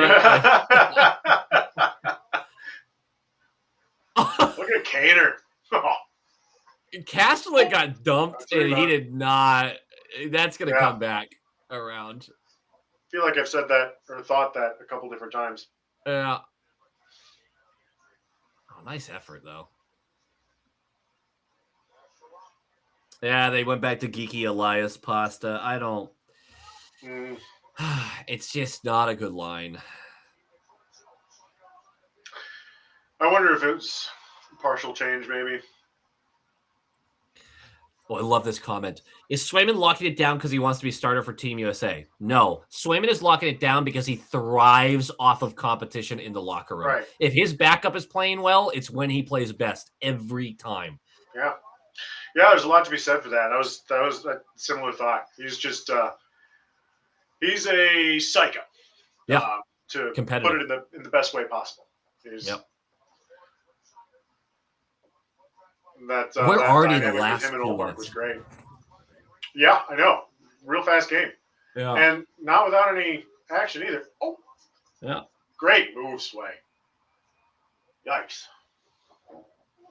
And again, Swayman with the fucking movement. Mm-hmm. Getting back to that post. You guys thrive off those sharp angle, you'll get them in movement. And this has been really nice. All right. That shot was going wide, but look at me. I'm Jambi. Gigi is slumping, but that's okay. He scored 25 goals in the first 3 months of the season. He was bound to hit a slump. I'm totally fine with it. No reason to overthink it. Trust me, he's overthinking it enough himself. Sway likes to shoot out. He's a nutcase. All goalies are. But one of my favorite Twitter follows is Lauren, who's the Boston head coach or whatever her handle is. And I like to jab at her by being like, you guys are weird. Goalies are weird. For some reason, you guys take insult to hearing that goalies are weird, but goalies are weird. Hey, man, you can't paint a broad brush over an entire class of people, but I can. Reputations exist for a reason. Yeah, I can in this instance. I've never been a normal goaltender, ever. They're weird people. I'm not saying they're bad people. I love goaltenders. They're my kind of weird, but they are weird. It takes a certain kind of person to willingly put yourself in front of vulcanized rubber that's going 90 miles an hour. Absolutely. Yeah. Absolutely. I had a buddy reach out recently. His wife's pregnant, and he was like, hey, the app we use said that the baby is the size of a hockey puck. What does that mean? And I'm like, oh, my knowledge coming into the real world. Excellent. That's funny. Glove save. That's a sharp glove. I am on the dark side of the stream because my internet decides to keep trying to crap out, but we're holding strong. Oh, what's up? Is that Court? What's up, Court? I really liked that conversation that you guys had on his channel. Oh, it was a great time. Great content, time. both of you guys. Court's a good dude. Mm-hmm. I'm only saying that because he's in the chat, obviously. We'd never say that in front of people if he wasn't, listening. That's No, that was really fun, and it was a really fun conversation because it was so matter of fact too. It was sometimes you go back and forth with people on like semantics, and this just felt like more of a direct conversation about where the team is and their needs. It was fun. Yeah, he brought up a good point about Jordan Harris, which, yeah, we thought that Jordan Harris looked pretty damn good. Jordan Harris only played like 5 games. Yep. Right? Yep. I keep bringing up Harris too. Like, I want him to get healthy. Yeah. I want to see what he's got, but I do think it's a guy I would keep around to see if he could continue that. But nice, swallowed it up. Good work. Good work. All right, let's see. Geeky is probably running on barely any sleep with a new kid. No kidding. Good point. Good point. The cat is having major zoomies right now, and my girlfriend said he had a lot of piss and vinegar tonight. To drink it?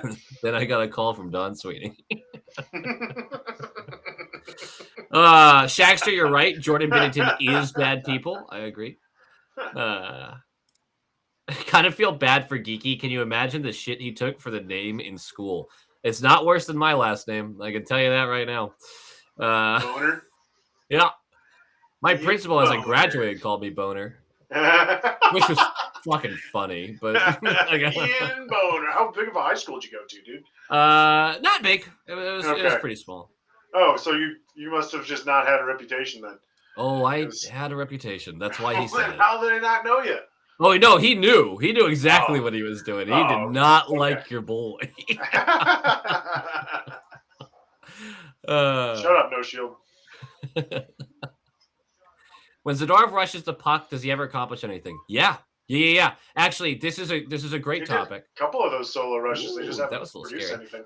What Zadorov accomplishes by that is A, getting the puck deep, which you like, but he pushes back defenders really effectively when he does it because people overemphasize how much they need to defend him because of his size and his reach. He tends to open a lot of space up with it. I like that he does these rushes. I think he picks his spots with him well, too.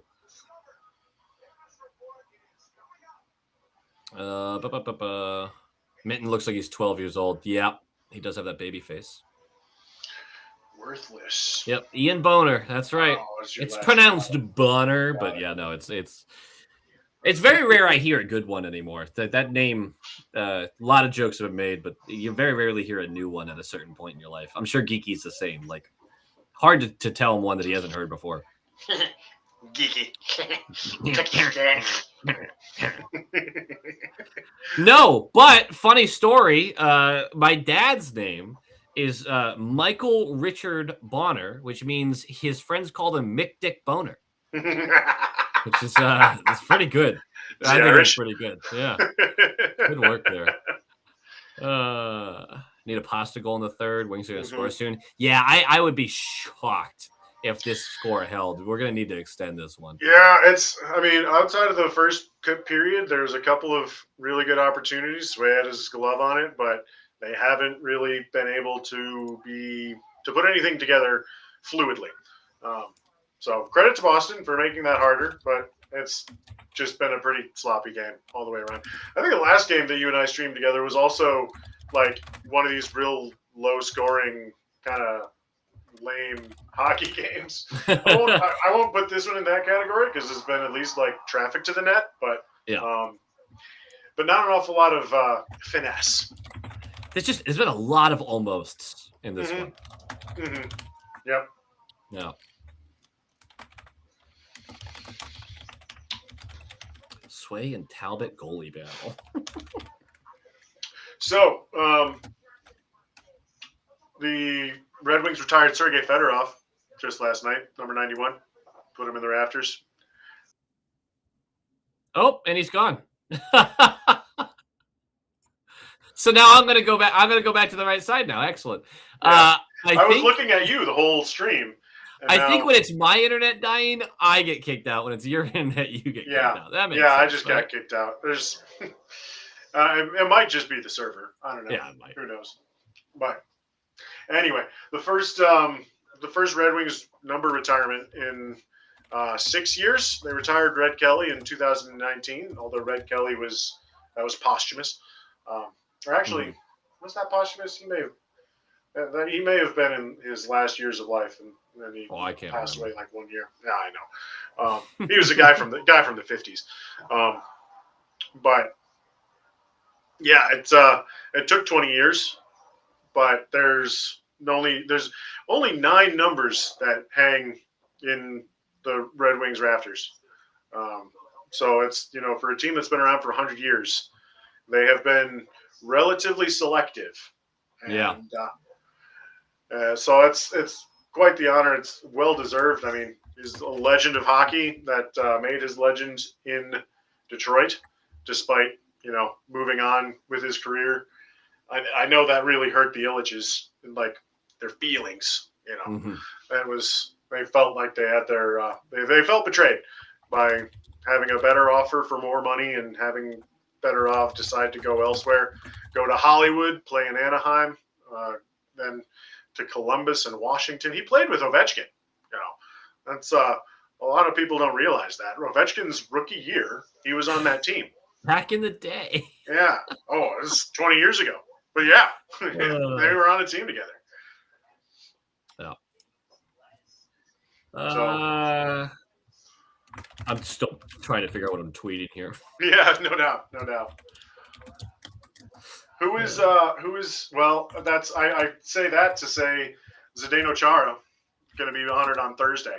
I think he's our 13th, I think. Okay. Yeah.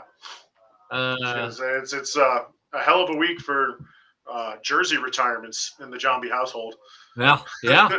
This is I haven't witnessed a lot of them, but I feel like every time the Bruins are honoring somebody for something, the game goes terribly. There's something to that. I mean, the last one that I remember was Willie O'Ree, and that was a debacle. No, it was a terrible game. The ceremony was great. The game itself was a debacle. Yeah. Jake, thank you so much. More generosity. I really appreciate it. Oh yeah, thank you, man. I'm not going to change my Discord name to Dick Boner, but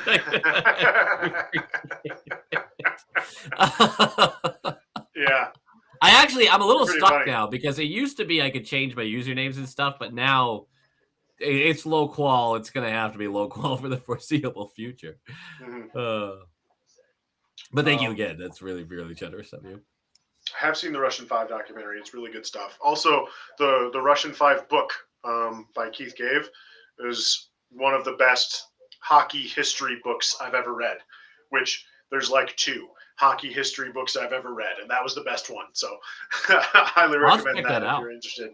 It's a fascinating tale. It's a fascinating intersection of hockey and history, because it coincided, them coming over coincided with the collapse of the Soviet Union and a defrosting of relationships between Russia and the West. And so that was one of its biggest forums. And they had to sneak away, Fedorov at least, had to sneak away in the dead of night to be whisked off into Detroit on a plane paid for by Ilitch. And that was the time that the Soviet Union was still clinging on to their totalitarian state. 6 months later, they collapsed, and the rest of the Russian 5 were free to move wherever they wanted to. And it's really interesting if you're, I was born around that time. You were about the same age, so there's not an awful lot of memory that we would have. Certainly not of the Russian 5, but even just of the Soviet Union, having that ever-present geopolitical enemy, not to get into politics or anything. But, yeah, that's a really good book. Keith Gave is one of the best journalists of he interviews a lot. So if you want to reach out to him on Twitter, he'd probably say yes if you've got a platform of any size. I've seen it. Yeah, it sounds like you might want to do that too. Yeah, maybe next year. We'll see. This would have been a good time for it, though, with the Fedorov stuff. A couple more comments here. I don't remember the game after the marathon bombing. That was a very weird time. An accidental attendance. Trot, dude. What? Are you talking that comment? Is that what you're laughing at? Oh, yeah. The super? Yeah. The super. Hold on. There's more generosity. Not so small nose beers. Yeah. That I'm not going to comment on those beers like this. And define a small beer. Is this a small beer? It's a small beer to me. It's only 12. J.R. Hunt was the first one with the low quality boner there. Thank you. Yep, that is how I like to refer to it. So I do appreciate that. Everyone gets a little look into my private life. Excellent. Couple more movies here. The Red Penguins. Yeah. I never even heard of that. The Wrath of Grapes. I'm not familiar with that one. I've heard of Red Penguins. I'm not familiar with that one. It's almost like a spy movie. That is cool. I gotta watch my movies. Also, Trot, thank you so much for the generosity. I glossed over because I was thinking about nose beers and the low quality boner. Yeah, doing our best over here. Oh, went to Jack Edwards' last game. Bruins tanked to Ottawa. And man, when Ottawa beats us too, it's usually an absolute shit game. Oh yeah, this last playoff game was disappointment against the Leafs. Yeah, I remember. Yeah. Are you retiring 63 when his career is over? I thought he was just like Krejci, a fringe guy. And if you're a fringe guy, that means you don't go up to me. So I'm a pretty hard no on that. Same. All those numbers are a no for me. 46, 40. Tuukka, I think there's an argument for. But he never backstopped to a cup, and that's a really hard thing to gloss over, even though I don't blame Tuukka for not winning a cup during his time, really. But it's really hard to gloss it over. Yeah. I mean, he had his worst game in the biggest moment. So, it's tough. He's not the only person to be blamed for Game 7, but, you outshoot St. Louis by a fair margin, and then your goaltender lets in one at the end of that period. It's just so deflating. I mean, that line changed from Marchand too. Oh, for sure. Like the details weren't there. It's just so bad. What time will Puck Drop be on Thursday? I mean, it's an 8:00 game start. Is that another national broadcast? Because 8:20 Thursday versus Seattle. It should be at a regular time. I'm pretty sure it's an 8:00 start. Don't threaten me with a good time. That's right. Your time zone's a little different than mine. Oh, yeah, dude. I am on, it's backwards. You can't read it, but Central Time. Oh, there you go. The name of the beer. No, that's just a regular game at 8:00. So I got to imagine right around 8:00. Okay. You said marathon bombing and Jambi just cracked up. Sorry, but fuck, I laughed and spit out my drink. Oh, no. Again, you got to laugh or else you cry. Chat, I think. I didn't hear anything about the Boston Marathon bombing. Vetus, yes, that was my fiance beating the shit out of me with a belt. And she was that you? That's what I wanted to ask. Was that you or is that a prop in the Rangers jersey? Oh, no, that's me. That's me just getting ripped. And you were so still. I thought that was a prop. I was trying not to laugh. She kept trying it, and it was like, if she doesn't commit to it, it looks really bad. It looked like she was just kind of placing it on me. And I was like, no, you have to hit me with the belt, like really smack me. And then she started laughing a bunch. So it was a little difficult to get that done. But, I mean, the laughing probably would have been a nice touch. That's true. With the sadism of it all, actually. Right? Everyone forgets about money when their mind is on nose beers. Ain't that the truth? Not that I would know, obviously. Trout makes a great point. This is the biggest point against Rask. There are two other goalies, arguably three, if you want to put Timmy up there, that deserve to be retired before Tuukka Rask. Okay, hold on. Who are the Jerry goalies? Cheevers, Tiny Thompson. Okay. Frank Brimsek. Mr. Zero. Yep. I think you could make a real argument for sure. him. Didn't think about that one, yeah. But you're talking about going to the 1930s to retire this one. It's a little tough. Goalies don't tend to be, no pun intended, goalies don't tend to be retired. especially at least not among original 6 teams. There's only a couple. Wait, have the Habs Dryden retired Carey Price yet? No, they have not. That feels weird. They have retired Dryden, and who is does George Vezina get retired by the Leafs? I assume so. Actually, I now that we start talking about this, I have no idea what teams have retired who. Mm-hmm. Like, I really have no concept for that. The Leafs have like 20 numbers retired. Do they? Yeah. That's pathetic. Yeah. You haven't had a championship team in 50 years. What are we doing? Well, that's when they retired everything. Yeah. But Hagel's taking abuse again? Really? Oh no! What a shock! That guy does get lit up. Oh, it's Cliffy. What's up, Cliffy? That's pretty good. That's pretty good. Oh, here's the Diddy Bowl. Is that Ryan or who's that breaking away? Is that Wiesblatt? Ha! Stammer. Oh, you let that in too? No. Yeah. The play froze, and then you just got beat cleanly. Brutal. And McDavid, another classic. point. Holy shit, this guy. This is historic at this point. It's I don't know. I don't think it's being talked about enough, No. especially in this era of hockey, to have a guy be on a 120 point pace right now. That's fucking insane. He hold on. Has he just 1 point in this game? He only has 1 point. What a fucking fraud. Yeah, he's been ridiculous. Mm-hmm. That's a good point, Chris. Yeah. Price does. His contract is still active. Sharks legend, Carey Price. They had his contract, huh? Yeah, they traded it. That contract got moved around a little bit. Just this one time. Because this is the last year of it, and there was like $2 million left to pay out or something like that. Whose contract? I think Nashville has it. Somebody's contract got moved around a bunch. Mm-hmm. And I can't think of who. And it's still going, I'm pretty sure. Maybe we'll take a quick visit to Puckpedia here. Hold on. I can't remember. I gotta grab another drink here in a second. Sure. Yeah, I can drive the bus here for a second, talk to the folks in the chat. God, some people start throwing names of contracts that have been around for like way too long.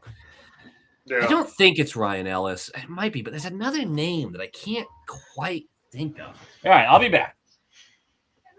Yeah. I'm trying to think of contracts that we haven't been bought out yet.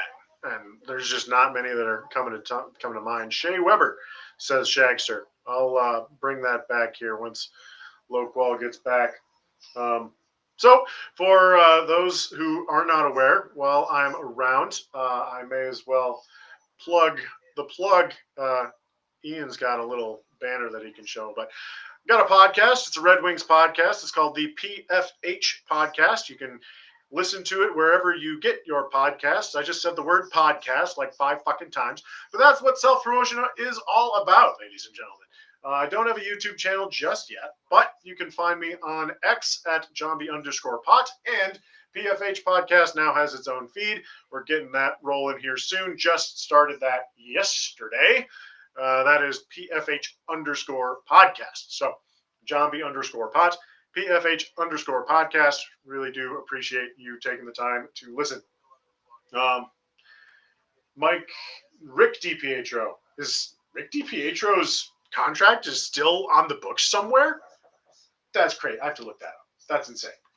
That's I know, did he take like a ton of deferred money or something like that? Why is it not coming up in my, there it is. Rick DiPietro contract. Signed in 2006, buyout in 2013.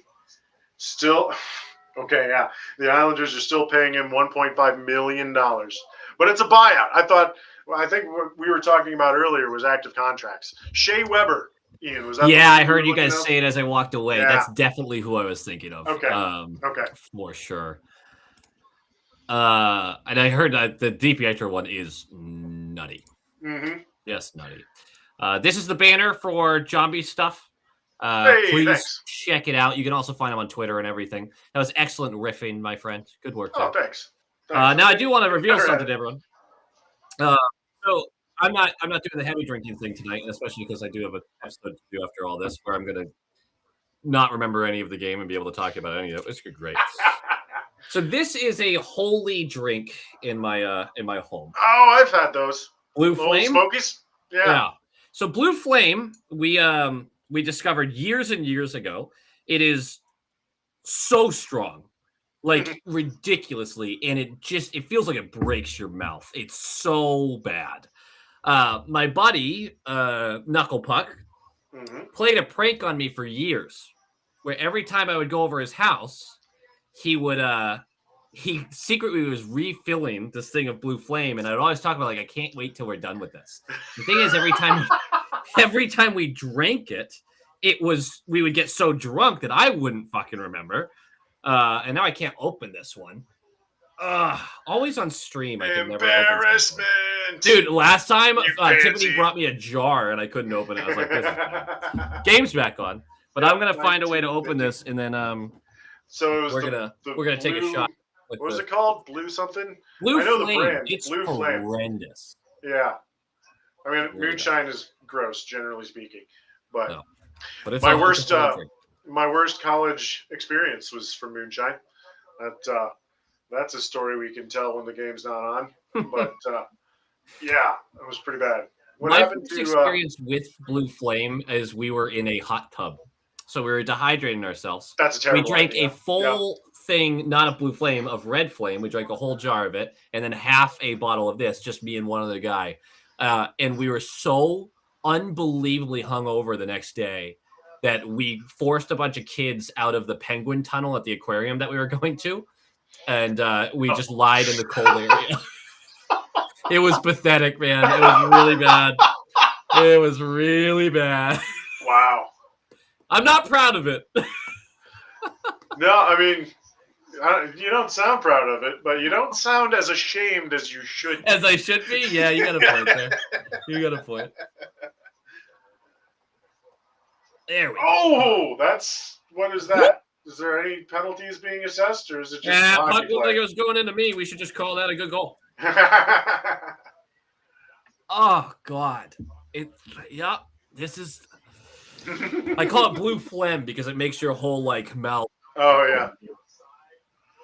But I think this is a worthwhile. Well, it's gonna be impossible to pour. Trotty, I've been listening to the Dead all fucking day, all the last 3 days. This stuff. It's Well, Grateful Dead, nice, yeah. R.I.P. Bobby Weir. That's a tough one. My good friend of mine has a Twitch channel where they do Grateful Dead streams on Twitch every Sunday, and the news broke on Saturday.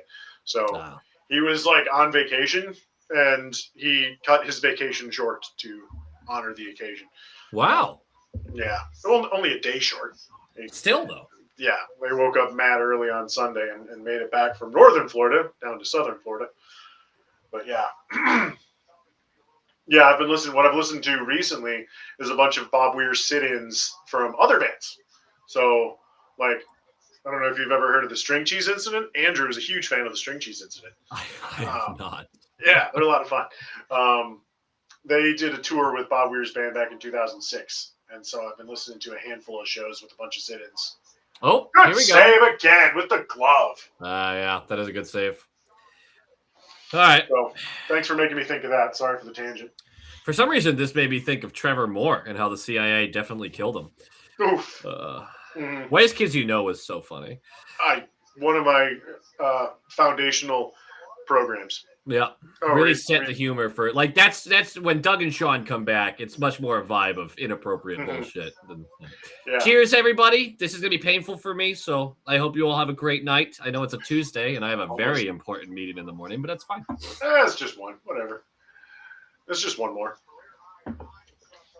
Holy shit. It's just one more.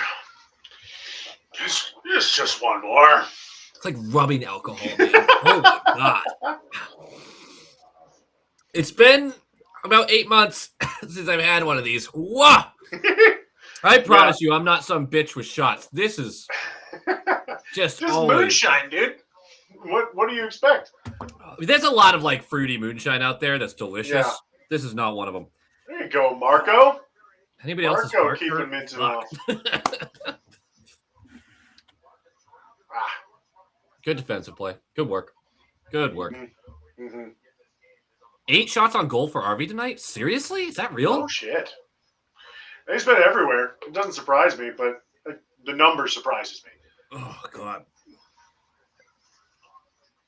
The thing is, with this shot, it hits you over and over again. It doesn't go away for a minute. Oh. Yeah, Trot, yeah.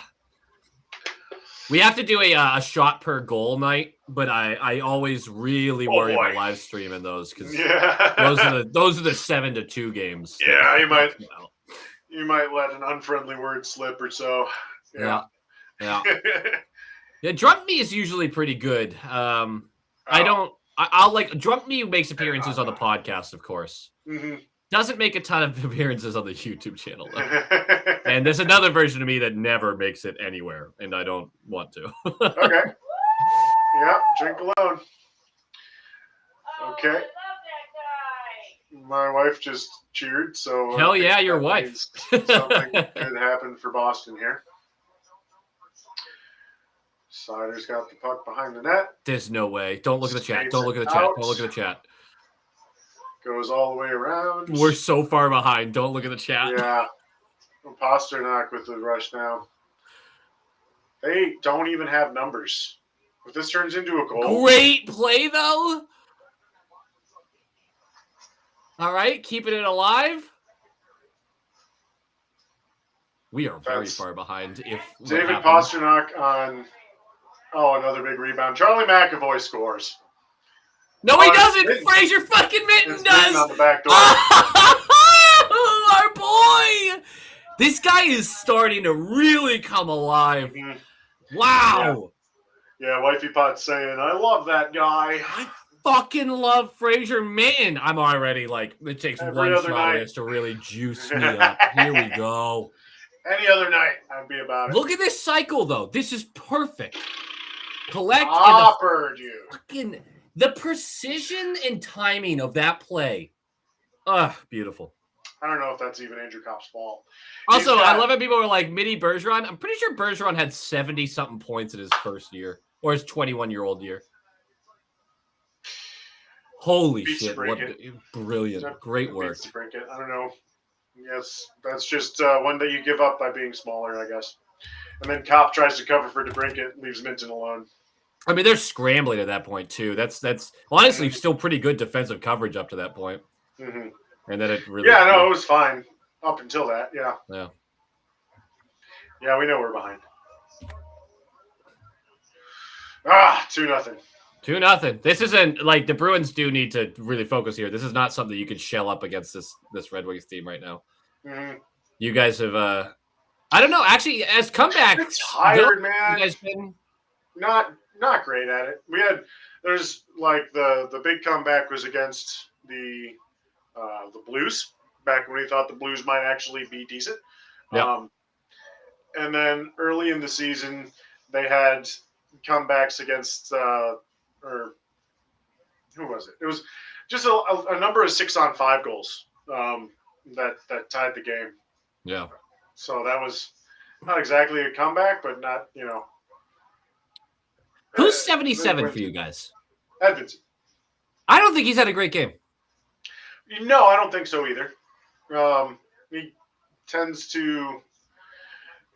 the hallmark of his game is like being able to keep stick on puck and have keep-ins and, be physical along the boards, that kind of thing. He's been getting skated under way too much in this game. I mean, Mo Seider does a lot of work on this pair. So, that's when Edvinson has an off night, a lot of people point to Seider, but that's just because he does that much. Original username, Koya Chonuk's not in this. I think that was an error by TNT, which would not be surprising to anyone. Unless I'm so unbelievably wrong and somehow he's been playing this whole time, but I do not think he's in the lineup tonight. No, I don't think he is either. On practice, he was in the fourth pair. Oh, Shaxter, thank you so much for the donation, dude. Thank you. You have been really generous tonight. Holy shit, brother. It does minty fresh what it feels like to chew 5 gum. I miss those commercials. Those were great. It is really nice taking a shot of moonshine and immediately seeing a goal after that. Blood is rushing south, my friends. I'm feeling nice. Ian Boner. Hey, J.R. Hunt, what are you doing, brother? Why are you saying the word? What are we doing right now? Ben Sherratt. Oh, he missed the stick. That's close, too. Damn. No, original username, you're fine. TNT screwed you on that one. That's their bad, not yours. God, what a game this has been. I know it's only 2-0, but this has been a fantastic hockey game. Mm-hmm. A lot easier to say from this side of the ice, I'll tell you that much. But it's been great. Yeah. Honestly, it's a scheduled loss. Like I said, I don't have an awful lot of for the circumstance. I think they've played a fine game. Yeah, just been haven't been able to find the finishing touch. Guys, he's making excuses. Get him. Just get him. Throw some comments at him. Tell him he's full of shit. Get him. This is my channel. When you have your channel, then we're gonna do the reverse. I'm gonna and then we can. All right. Whose chat gets more toxic? Don't get toxic, please. For the love of God, don't get toxic. We'll see. This was actually. I wanted to point out to everyone. This was Jambi's idea. He was like, "Hey, you're being a lazy asshole. Can we do some live stream in here?" And I was like, "All right, that's my exact words, as a matter of fact." Yeah, you could have said it nicer, but all right. Well, the only we didn't do it the first couple of times, and the last time here, I actually invited you out to this, but it's right too close to your wedding, so dude, when you told me the date, I was like, I would do so much to make that work, but I don't think I can do that. Yeah, we're gonna have to. We'll hook up for sure, though. I want to get up there for a game, and I've never seen that arena. Like LCA is awesome. I have a goal, which is just like every old sports guy ever, but it's like eventually I want to go to all the arenas. Game in every arena, right? Yeah, why not? Scarlett, I love that you're pointing this out. And that injury, we really worried that his career was over. It was that bad. That hit was brutal. But I truly believe that Bergeron was a generational point producer, but also favored the defensive side so much that if he decided to be like, I'm going to focus on offense more than defense, he would have been not a McDavid or Crosby type, but oh God, what's that next level? Who could I point out that would just be like, yeah, kind of is Barkov. Yeah, he would. Prime Bergeron is like what Barkov's standard level is. I think he could have had multiple 100-point seasons. Mm-hmm. Like that's how good I think Bergeron was, but he committed so much to the other end of the ice. And that's a debate I'll have till the end of time because there's no how do you prove it, right? Yeah, no doubt. Yeah, you'll never be wrong. yeah, right. That's what we like as sports fans. Yeah. Shaxter, by the way, that's a great comment. It has been a while, and I need to do more of it. Trot, thank you for your generosity. I really appreciate that. Imagine being a Leaf fan and seeing 37-46 retire and thinking the Bees are cooked at center depth for years, and then your GM literally hands us a gives him one. What an incredible comment that is! And as soon as they made that trade, I got a bunch of messages from Leafs fans being like, "Fuck you." Yeah, we just handed you a 2C. We know exactly. And you needed a 2C, and we handed you one. Not to mention what could become of that draft pick. Yeah. It doesn't look like it's going to be top 10 anymore, but I'll take another stab at a first rounder though. This is a deep draft too. There's a lot of talent. It is a pretty good draft. Yeah, I mean the top 4 of this draft are pretty locked in. Yeah, between obviously McKenna, although a lot of people are starting to bring him down the board. You got Keaton Verhoff, your big right-handed defenseman. Tynan Lawrence starting to make some noise. He just committed to BU. I think he actually just played his first game for BU. So you know that Sweeney has his eyes on him. Oh yeah. Boston fella. I mean, he's where the Bruins are drafting right now, there's no way that they make it that far. We keep them local around here. Yeah. We don't. And the other guy's Ivar Stenberg, who might go number 1 overall. I mean, his world Stenberg, is insane. Stenberg is like ridiculous. I don't even understand this guy's hockey IQ at this point. Like he predicts stuff where I'm like, how did you looked like you were quitting on the play and the puck went to you? Like, what the fuck? Mm-hmm. I love his game. I don't think the Bruins touch any of those guys, obviously. But no, those are the top 4. I think there's a pretty clear tier down after that, at least from what I've seen and what I've read. Yeah. I'm not a prospect expert by any stretch, but there's quite a bit of potential behind that. Depends on what they're looking for. What do you want to see him target in the draft? What do you think? You're looking at this prospect pool, thinking like, defense. All right, oh my god, defense. Defense. Okay. Yeah. There's not a lot coming up on that end. There's a couple guys that I like, but they need a real defensive prospect badly. And you need to take a couple more shots at center. My philosophy, you never go through a draft without grabbing a center. Ever. Sure. Like you get a center who 7th round, I don't care. Like Yemelyanov that we got last year. Wicked late. I can't remember if he was 6th or 7th round. 6th round, yeah. Yeah, he hasn't had the season you would hope for. The MHL is a very easy league to put some points up in. He hasn't really been great, but you just got to take a chance on a center whenever you can. But if you have a first rounder or a couple first rounders, one of those has to be a right-handed defenseman. Has to be. Okay. I'm glad that I'm seeing some copium stuff in here. Absolutely. You fucking tell him. Fucking tell this guy. It's curly-haired motherfucker. That's right. You get him. Oh, that was a good deflection. Didn't get on net. This 4th line again. I keep telling you. They've been good. And Elias, I complain about a lot, but he knows when to just get it deep. He really does. And this is a great forecheck. Mm-hmm. Talbot. Skies it. Like, am I wrong? He needs to have that rebound well secured. It was glove side. Yeah. I don't think you're wrong about that. It caught him up high. That's kind of a handcuff awkward spot, right? But it's way too. That was active. And Talbot's had a good game, I think, more or less. For sure. He's the only reason that the Red Wings are even in spitting distance right now. Could you look at the comment I just highlighted? What is it? What are my thoughts about the ref? Get his ass!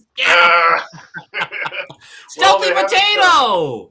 Brother, thank you so much. Fraser, I'm listening. Hey. That's so good. Thank you for the donation.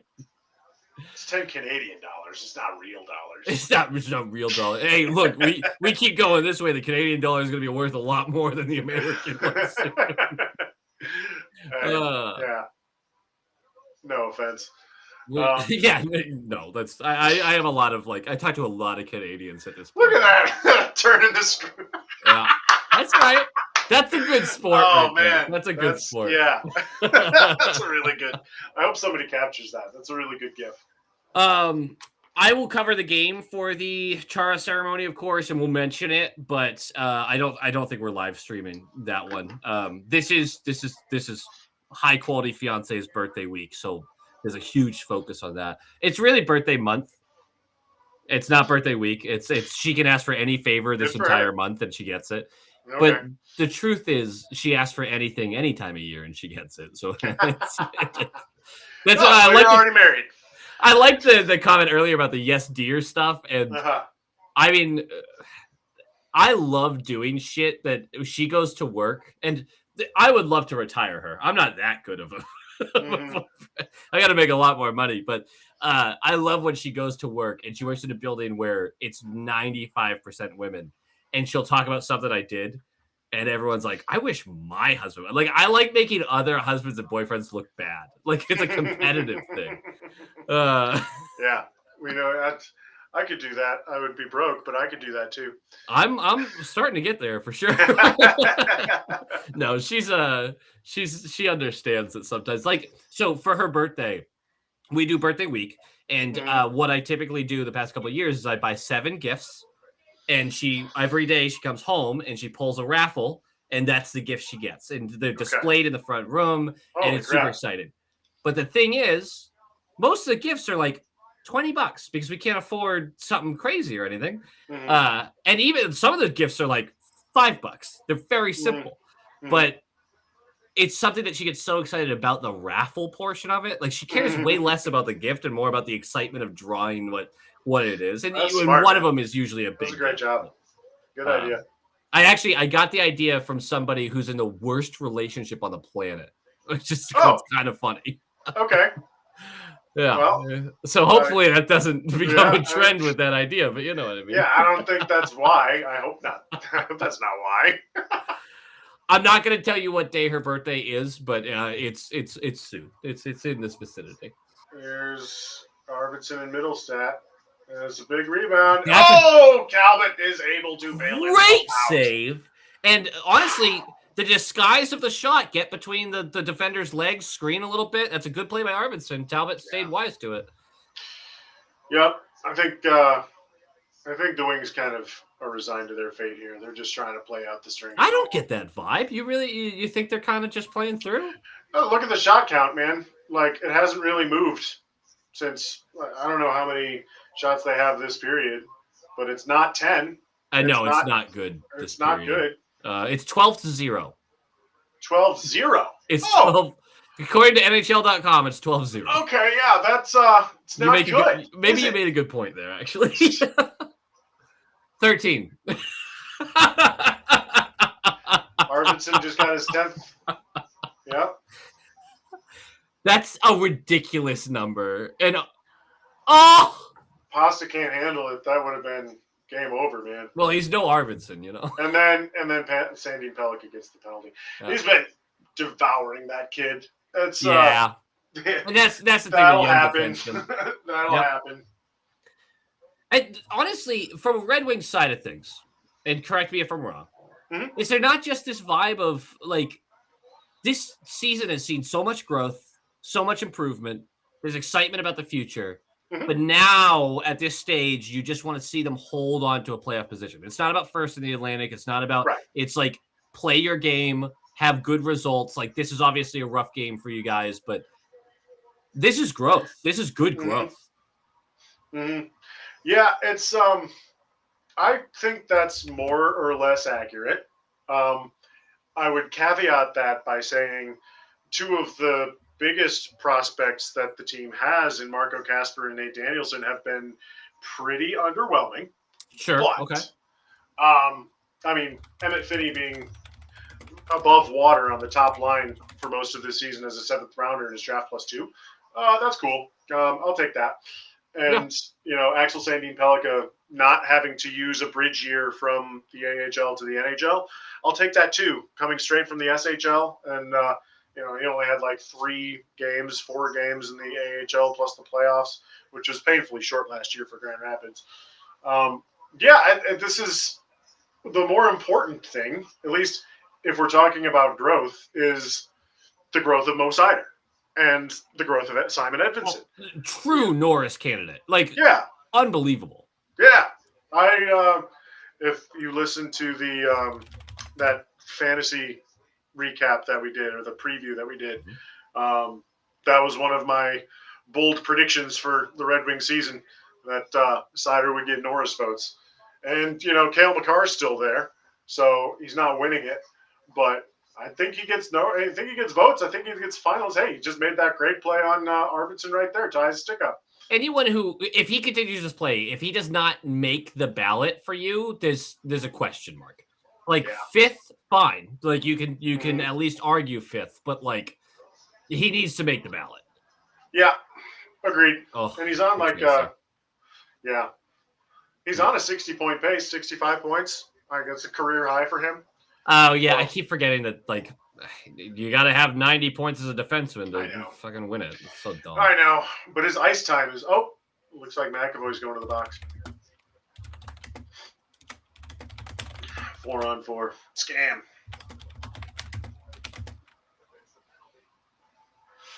But I mean, yeah, overall, I think through 50 games or 48 games or whatever the number is right now, um, you can't be anything but thrilled for how the season's gone. And Yeah. and it doesn't even seem all that unsustainable. There's a couple of red flags. The 5-on-5 scoring isn't where it should be. But there's, those 1-goal games. We talked about those.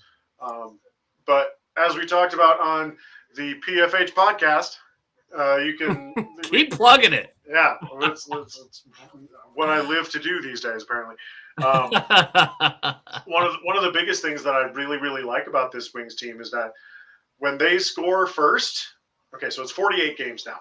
When they score first, they win 70% of those games. Mm-hmm. When they don't score first, they win 40% of those games. It's actually not a bad rate for not scoring first. That's what I'm saying. Like, it doesn't sound that good, but when you put it on a paper compared to the rest of the league, it's still top 10. Yeah, yeah. And the biggest differences I've seen are just they're qualitative, right? Like, you see this team. Oh, Patrick Kane cannot finish. What a save! You don't see this team slump. Like, yes, that's the first shot on goal in this third period for Detroit, and Albert Johansson just kind of skated out of the zone by himself. But Kane lost an edge. Regardless, like the team does not just like give up. Like the body language is so much more, so much better than it has been in previous years, where you saw them, have something not go their way in the first part of the game, and that would be it. Like all of the wind would be out of their sails. And now all of a sudden, they're fighting back, they're clawing back, they're not treating things as lost causes. I mean, this power play here, we saw it in the first period too. Now they're starting to actually get active a little bit. If they score here, this is a very real lively game. This is very much in it. Two quick things. Boston Stringler, happy birthday to you. Hey, and then I feel like I glossed over this earlier. Trot, happy birthday to you. I feel bad now for not recognizing that and saying happy birthday to both of you. Oh, January I missed birthdays. That too. Happy birthday, both of you folks. Oh, that's a great. Oh, you got to get that puck out off the post. Larkin, you got to get that puck out. Can't just go center mass. Great job, Swayman. Great job, Swayman. Almost 40 shots for the Bruins. I didn't realize that. Yeah, this is crazy. This is the Bruins don't do this. Yeah, I know. Yeah. Oh, look at Zadorov being nice to Swayman. Aw. Gosh, I had something I wanted to say about what you were just talking about, and now I'm blanking on it. Body language? Yes. This is why the Bruins are so confusing. Because a championship caliber team, you lose 3 in a row, and you're getting back out there and you're winning a game. One of my favorite stats for who's going to win in the playoffs is when a team spends a whole season without losing 3 in a row. Like the worst losing streak they have was 2. That's a team I trust a lot. And hockey's hard to predict, and I'm not going to say that's a good way to make money, but it's a team I trust. The Bruins are now in this situation where they've multiple times this season have lost 6 in a row. And yet they still come out of those slumps and they're like, we're going to rip off 4 or 5. We're going to win a bunch of these games. And that mental fortitude, it kind of makes you believe in the team more than you should, because you keep having these losing streaks, but then you come out of them and you're fucking everybody up. It's just this team refuses to tell you who they are, and I'm fine with that. We predicted a lot of that for this season, but yeah, just odd, just really really odd. And for your end of things, like what you're saying, I want to make sure these guys they lose a few in a row, but then they come out and they fucking do their job. Right. Yeah, I've really enjoyed watching the Bruins team a lot more than I thought I was. Yes, a lot more. Way more entertaining than expected. Yeah. This is just for that aspect alone. I'm grateful for what this Bruins team has given our fan base. I can speak about it in the plural third person. I'm a Bruins fan when I'm not a Red Wings fan, which is only 3 or 4 times a year. But it's coming back after that, just defying expectations is a win. Just not being in the basement is a win for I guess the both psyche your of the locker teams room. have been better than expected. Oh yeah, like sure. largely different, but better than expected. For sure, definitely. Real quickly here, I love this comment from Black Bear. He took Corpy's shutout personally. Absolutely. Yeah. I mean, yeah. Need our tendencies to steal a couple of games. I wouldn't call this one stealing, but like, yes, absolutely, we do need to rely on that. Try. I don't care if you're going to be fucking 69. Happy birthday. I don't give a shit. I don't care what age you are. Medical science is incredible, brother. Dickie Darkside. I don't know what that means. My birthday is 3 and 86. I think you deleted that. I think it was just a big old typo. Okay. The funny part about there's a Sun Kowasti. Forgive me if I'm mispronouncing that. All part of the plan, probably fall apart after the Olympics. I don't know which team you're talking about. It could apply to both of them. Yep. God, it's so fun doing these games with the chat, and it's hard because we're not doing like commentary on the games exactly, but it's good stuff. Trot says nice. I don't know what nice means. Nice. Well, 69. He could be turning 69. I'm still gonna. Oh, nice. I don't want to live to 69. Hopefully, I keep much more earlier than that. Not a big live long guy, Die young, leave a sexy corpse. That's what they. Hey man, you live your life and die your death. I'm not gonna judge you for it. I think I said that a lot when I was younger, and then I got older, and I'm like, hey man, I don't know what the hell's next, so we should. I've never changed my mind on it. I was supposed to be dead 15 years ago, but here I am. But then I don't do shit to like keep myself alive. I'm not eating the way I should or as good as I should. I'm not exercising as well as I should. Fit in the other day. It was humbling, man. Looking at myself in the mirror, I was like, I don't know if I love it. I was in great shape at the end of last season, and a couple of injuries and leaning too deeply into it. Yeah, it'll catch up on you quick. Rowan took the phone. That's amazing. That makes a lot of sense. No, that's fun. I hope Rowan's having a great night. Yeah, hell yeah, Rowan. It's the best soundbite of any podcast I listen to still. Rowan's the GOAT. Oh, what a move. Drake and he can't finish. What is your time on right now? 4:20. Yeah, I'm way behind now. I'm 4:42. Oh shit! I'm sorry. Yeah, I don't know what happened there. I can back it up here. Medical science has advanced, but not far enough to fix what I did to my body between the ages of 15 and 35. You and me both, brother. Oh, that was the great move. I get it now. Yep. I backed it up for you. I'm at 4:16 now. Hell yeah, Anakin. 4:16 as well for me. Cool. Go Bees. Shagster again with a donation. My God. You are a generous individual. Probably a man. I'm pretty sure you're a man, but the profile picture could be anybody. Thank you again for your generosity, and I do love hanging out with you guys. It's obviously what it's all about. Yeah. It looks like. Don't look at the chat. Don't look at the chat. Don't do it, Jambi. Don't look at it. They hide your eyes, brother. It's too late. Gotta be an empty netter, right? Yeah, you can see it. Probably right off the face-off. We got Kastelik's in the center there, so yeah. Kuraly to Zadorov, or to Jeannot, and then Kastelik's just going to beat him up the ice. Wow, that is a good play, actually. That was pretty quick. Cassie had one coming too. Yeah, he's deserved it for a while now, honestly. Trot, that assist was in the NCAA. It was not the PWHL. But I actually didn't know that. This is how bad I didn't look up exactly the game that it was in. That's right. She's not drafted yet. Yeah, it was the University of Minnesota Duluth, I believe. That was unbelievable, by the way. Like, that play is going to do so much for women's hockey fucking I hope so. fantastic. I hope so, really. And women's hockey in the States is thriving. Yeah, Like, PWHL is getting attention. PWHL, yep. But I mean, just of the status of the United States women's hockey team.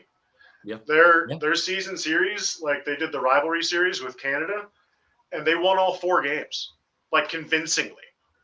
It was, I mean, it's not good for Canada. Sure, Canada took that really well. Yeah. I mean, right now, it would be a disappointment if they don't win gold at the Olympics this year. Yeah, we love that pressure. Love that pressure. Yeah. Shaxter with another donation. Thank you so much, brother. Not to assume, Mike. Good work. Good work, Mike. Thank you. Seriously, you've a generous soul stream, and thanks for hanging out with us.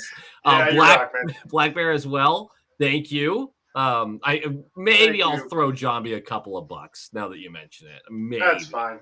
We'll I do this out of the goodness of my own heart and the self-whoring of promotion. Yeah, and seriously, do check out his podcast. It's good stuff if you want to keep up with the Red Wings. And he does a little league talk in there as well. Yeah, the next episode we're going to go around the league, I think. More and more, I feel like you went underwater for a second. Oh, you got something covering your mic? Okay, there you go. Are we good now? You are good now. Great. Yeah. More and more, I feel like you're finding your style as you do this. Like it's you're at 13 episodes in, and you just it takes time to find what you want to be. Yeah. It's good stuff. stuff. Let me know if you're looking for, if anybody's, anybody looking to be a guest host or a podcaster or co-host. I don't know.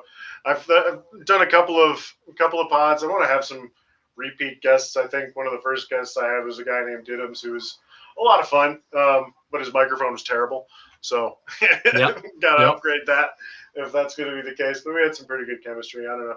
We got to find some stuff to argue about. That's what we did. We got to find something to yell at each other about. Okay. I don't know. Is Pasternak going to the rafters? Probably. I think we both agree with that. Though. Yeah, I think so too. Okay. Stealthy Potato, you're going to the TakeOver Tour game. That's awesome. The problem I'm having is just time, right? Is like having enough time to invest in the level of NHL that I do on top of and cover it. Yeah. like know it and know enough about it to cover it. Yeah. You get a little burnt out. I'm not going to lie. Sometimes you don't want to watch a hockey game. Yeah, for sure. And it's like you're blessed to have the relationship with a woman who supports that. Very tolerated. Yep. Yeah, my woman is just getting used to this whole because I'm at work for probably 50 hours a week and doing podcast stuff for probably another 10 or so, depending on how much I've got to prepare or edit. Oddly enough, the ones that I'm just by myself doing a self episode are the ones that take the longest. Yeah, because you have so much you want to talk about. Like you don't get diverted in any direction. You say all of your thoughts. I totally get that. Mm-hmm. And if it makes you feel better, the first couple of years, like it was tough on the relationship. It was difficult to get used to. Obviously, the time commitment and everything. And still now, there are times where she's like, "This kind of sucks, dude." Chris, I appreciate that, man. Best thing you can do, I guess, is just amplify it. When you see me post about it, repost, retweet, just spread it around to your friends and family. I appreciate that. Yep. Oh, I love this one. Starting to think Jambi wants the belt. I don't want it, but I think it's coming regardless. I do agree. McAvoy has been really good lately. This has been him hitting his stride this season, I think. No, the December skit comedy will come out this weekend. I haven't had time to put it together yet, unfortunately. It is a relatively quick thing to put together. It's just been a very, very busy couple of weeks right now. But we'll be putting that out shortly. I love doing those. It's kind of nice to just rip through them. Mm-hmm. Yeah, free content, right? You already made it. Yeah, I mean, hey, it's not even really all that much extra work. It's sitting down and plugging it all together. But it's. Did you see Rob's comment? Oscar Steen. I have a You stinger, still have man. that jersey? You still have that jersey? I absolutely do. I take pride in wearing it to obscure ECHL games. Because I have had someone approach me and like, is that your last name or is that I'm like, no. That's a prospect that didn't quite work out. Yeah. What a great game for the Bruins. I really took advantage of a tired Detroit team. Yeah. That's they did what they had to do. This is. I mean, you're walking into the Bruins are staying hot. They're just treading water in the Eastern Conference. They're staying within striking distance. They're not the favorite, but they're not out of it. I think that's about as good as you can expect. Coming into February here. Yep. This is one of those games that I think did matter more to the Bruins than probably to the Red Wings at this stage. Couple of points behind. And every division game is important, but this one, I mean, the Red Wings had 3 shots in the third period. Yeah, that's two or 3 shots in the third period. It says 2 on NHL.com. I don't know what it'll be updated as, but that's not going to get it done. And you know what? That is the 3rd time that's happened in the last 10 games. It happened against Pittsburgh when they were down by 2 goals. And then it happened against Winnipeg when they were up by 2 goals. But I don't know. Yep. That's okay. Yep. Next game is in Detroit, and it's the day before my birthday. So I will be at that one. I won't be here. I'm jealous, man. I'm so jealous. Yeah, it'll be our only unless we're thinking about maybe going to see the Montreal game that Thursday too. But yeah, that'll be our only game at LCA this year. And hopefully they make it worthwhile. We'll see about the rest of the season here coming out of the Olympics. Praying. Yeah. Shaxter, thank you again. Great point. I got to be better about that for sure because I actually knew I was doing this like a week and a half in advance to it, and I didn't really plug it as well as I should have. But yes, I will keep that in mind. Trot, you're right. This team will never lose again. Playing the parade, absolutely. Anton Strawman. I fucking forgot about that guy. I forgot about that. I remember Strawman. He was good for what he was. Veteran presence, puck mover on the back end. Yeah. I don't have a playoff boner, but it's a boner nonetheless. Oh, that's going to follow me for a bit. Good work. Low quality boner fan. Is it not crazy that the Atlantic is, I mean, everyone's winning a hell of a lot more than they're losing right now. Yeah. Really bizarre. It is bizarre. It's how can that be? How are they not playing each other? Yeah. You would think there'd be some fewer points going around this time of year. But anyway, one last plug, and then we can get out of here. The PFH do your thing, podcast please. Go ahead. Is available wherever you get your podcasts. I'm also on Twitter. Just started a podcast account, PFH_podcast. PFH, by the way, if you're not familiar, it stands for Play Fucking Hockey. So that's where that comes from. It was a bold name because he can't really post it everywhere. You and I were talking about it when I got on. Like, there's this keyword section, right, that a lot of the aggregators will use, and I can't put the full name of the podcast into those keywords because it's profane. So, got to stick with the initials, PFH, and then on Twitter, X, whatever, at Jambi_pot. I post a lot more on that site. So. And then I'm on Discord. You can find me at the Low Quality Bruins Fan Discord as a senior moderator and general stooge. And the predictions king. So. Oh, yeah, that too. And the commissioner for the fantasy team, which I'm absolutely wrecking. He's dominating. It's so bad because every year his team's really good. And this. Oh, I fully expect to just be heart-wrenching loss in the finals. I fully expect that. Hoping for that big time for sure. He's made himself an enemy, oddly enough. Like, he hasn't won yet, but everyone seems to be like, I love when Jambi loses. Just my team name is Jambi Batman. I've leaned into it. Yeah. Trot, thanks for hanging out. Everyone, thank you. Rock and Roar, love that you got to. You watched this live. It looks like. Yeah. So sweet. Good. Hell for yeah. you, man. That's that was awesome. a fun game to be at. Yeah. Bruins fan. Yeah, I fucking 14 goals in our last 3 games. You'd love to see that. Oh yeah. It's really great. Thank you so much, everyone, for hanging out with us. Jambi, thank you, of course, for joining for this and You really bet. My pleasure. instigating it. But this was great. This was a great time, and we're going to do some more live streams as the schedule hopefully opens up in the spring here a little bit. And the Bruins are kind of nasty right now, so they're hot. They're hot. They are. Hot. Give us a go bees, brother. What? No. Come on, one go bees. No bees. We love someone who sticks by their guns. Go bees! Thanks everyone for hanging out. Have a good night. Go bees, I guess.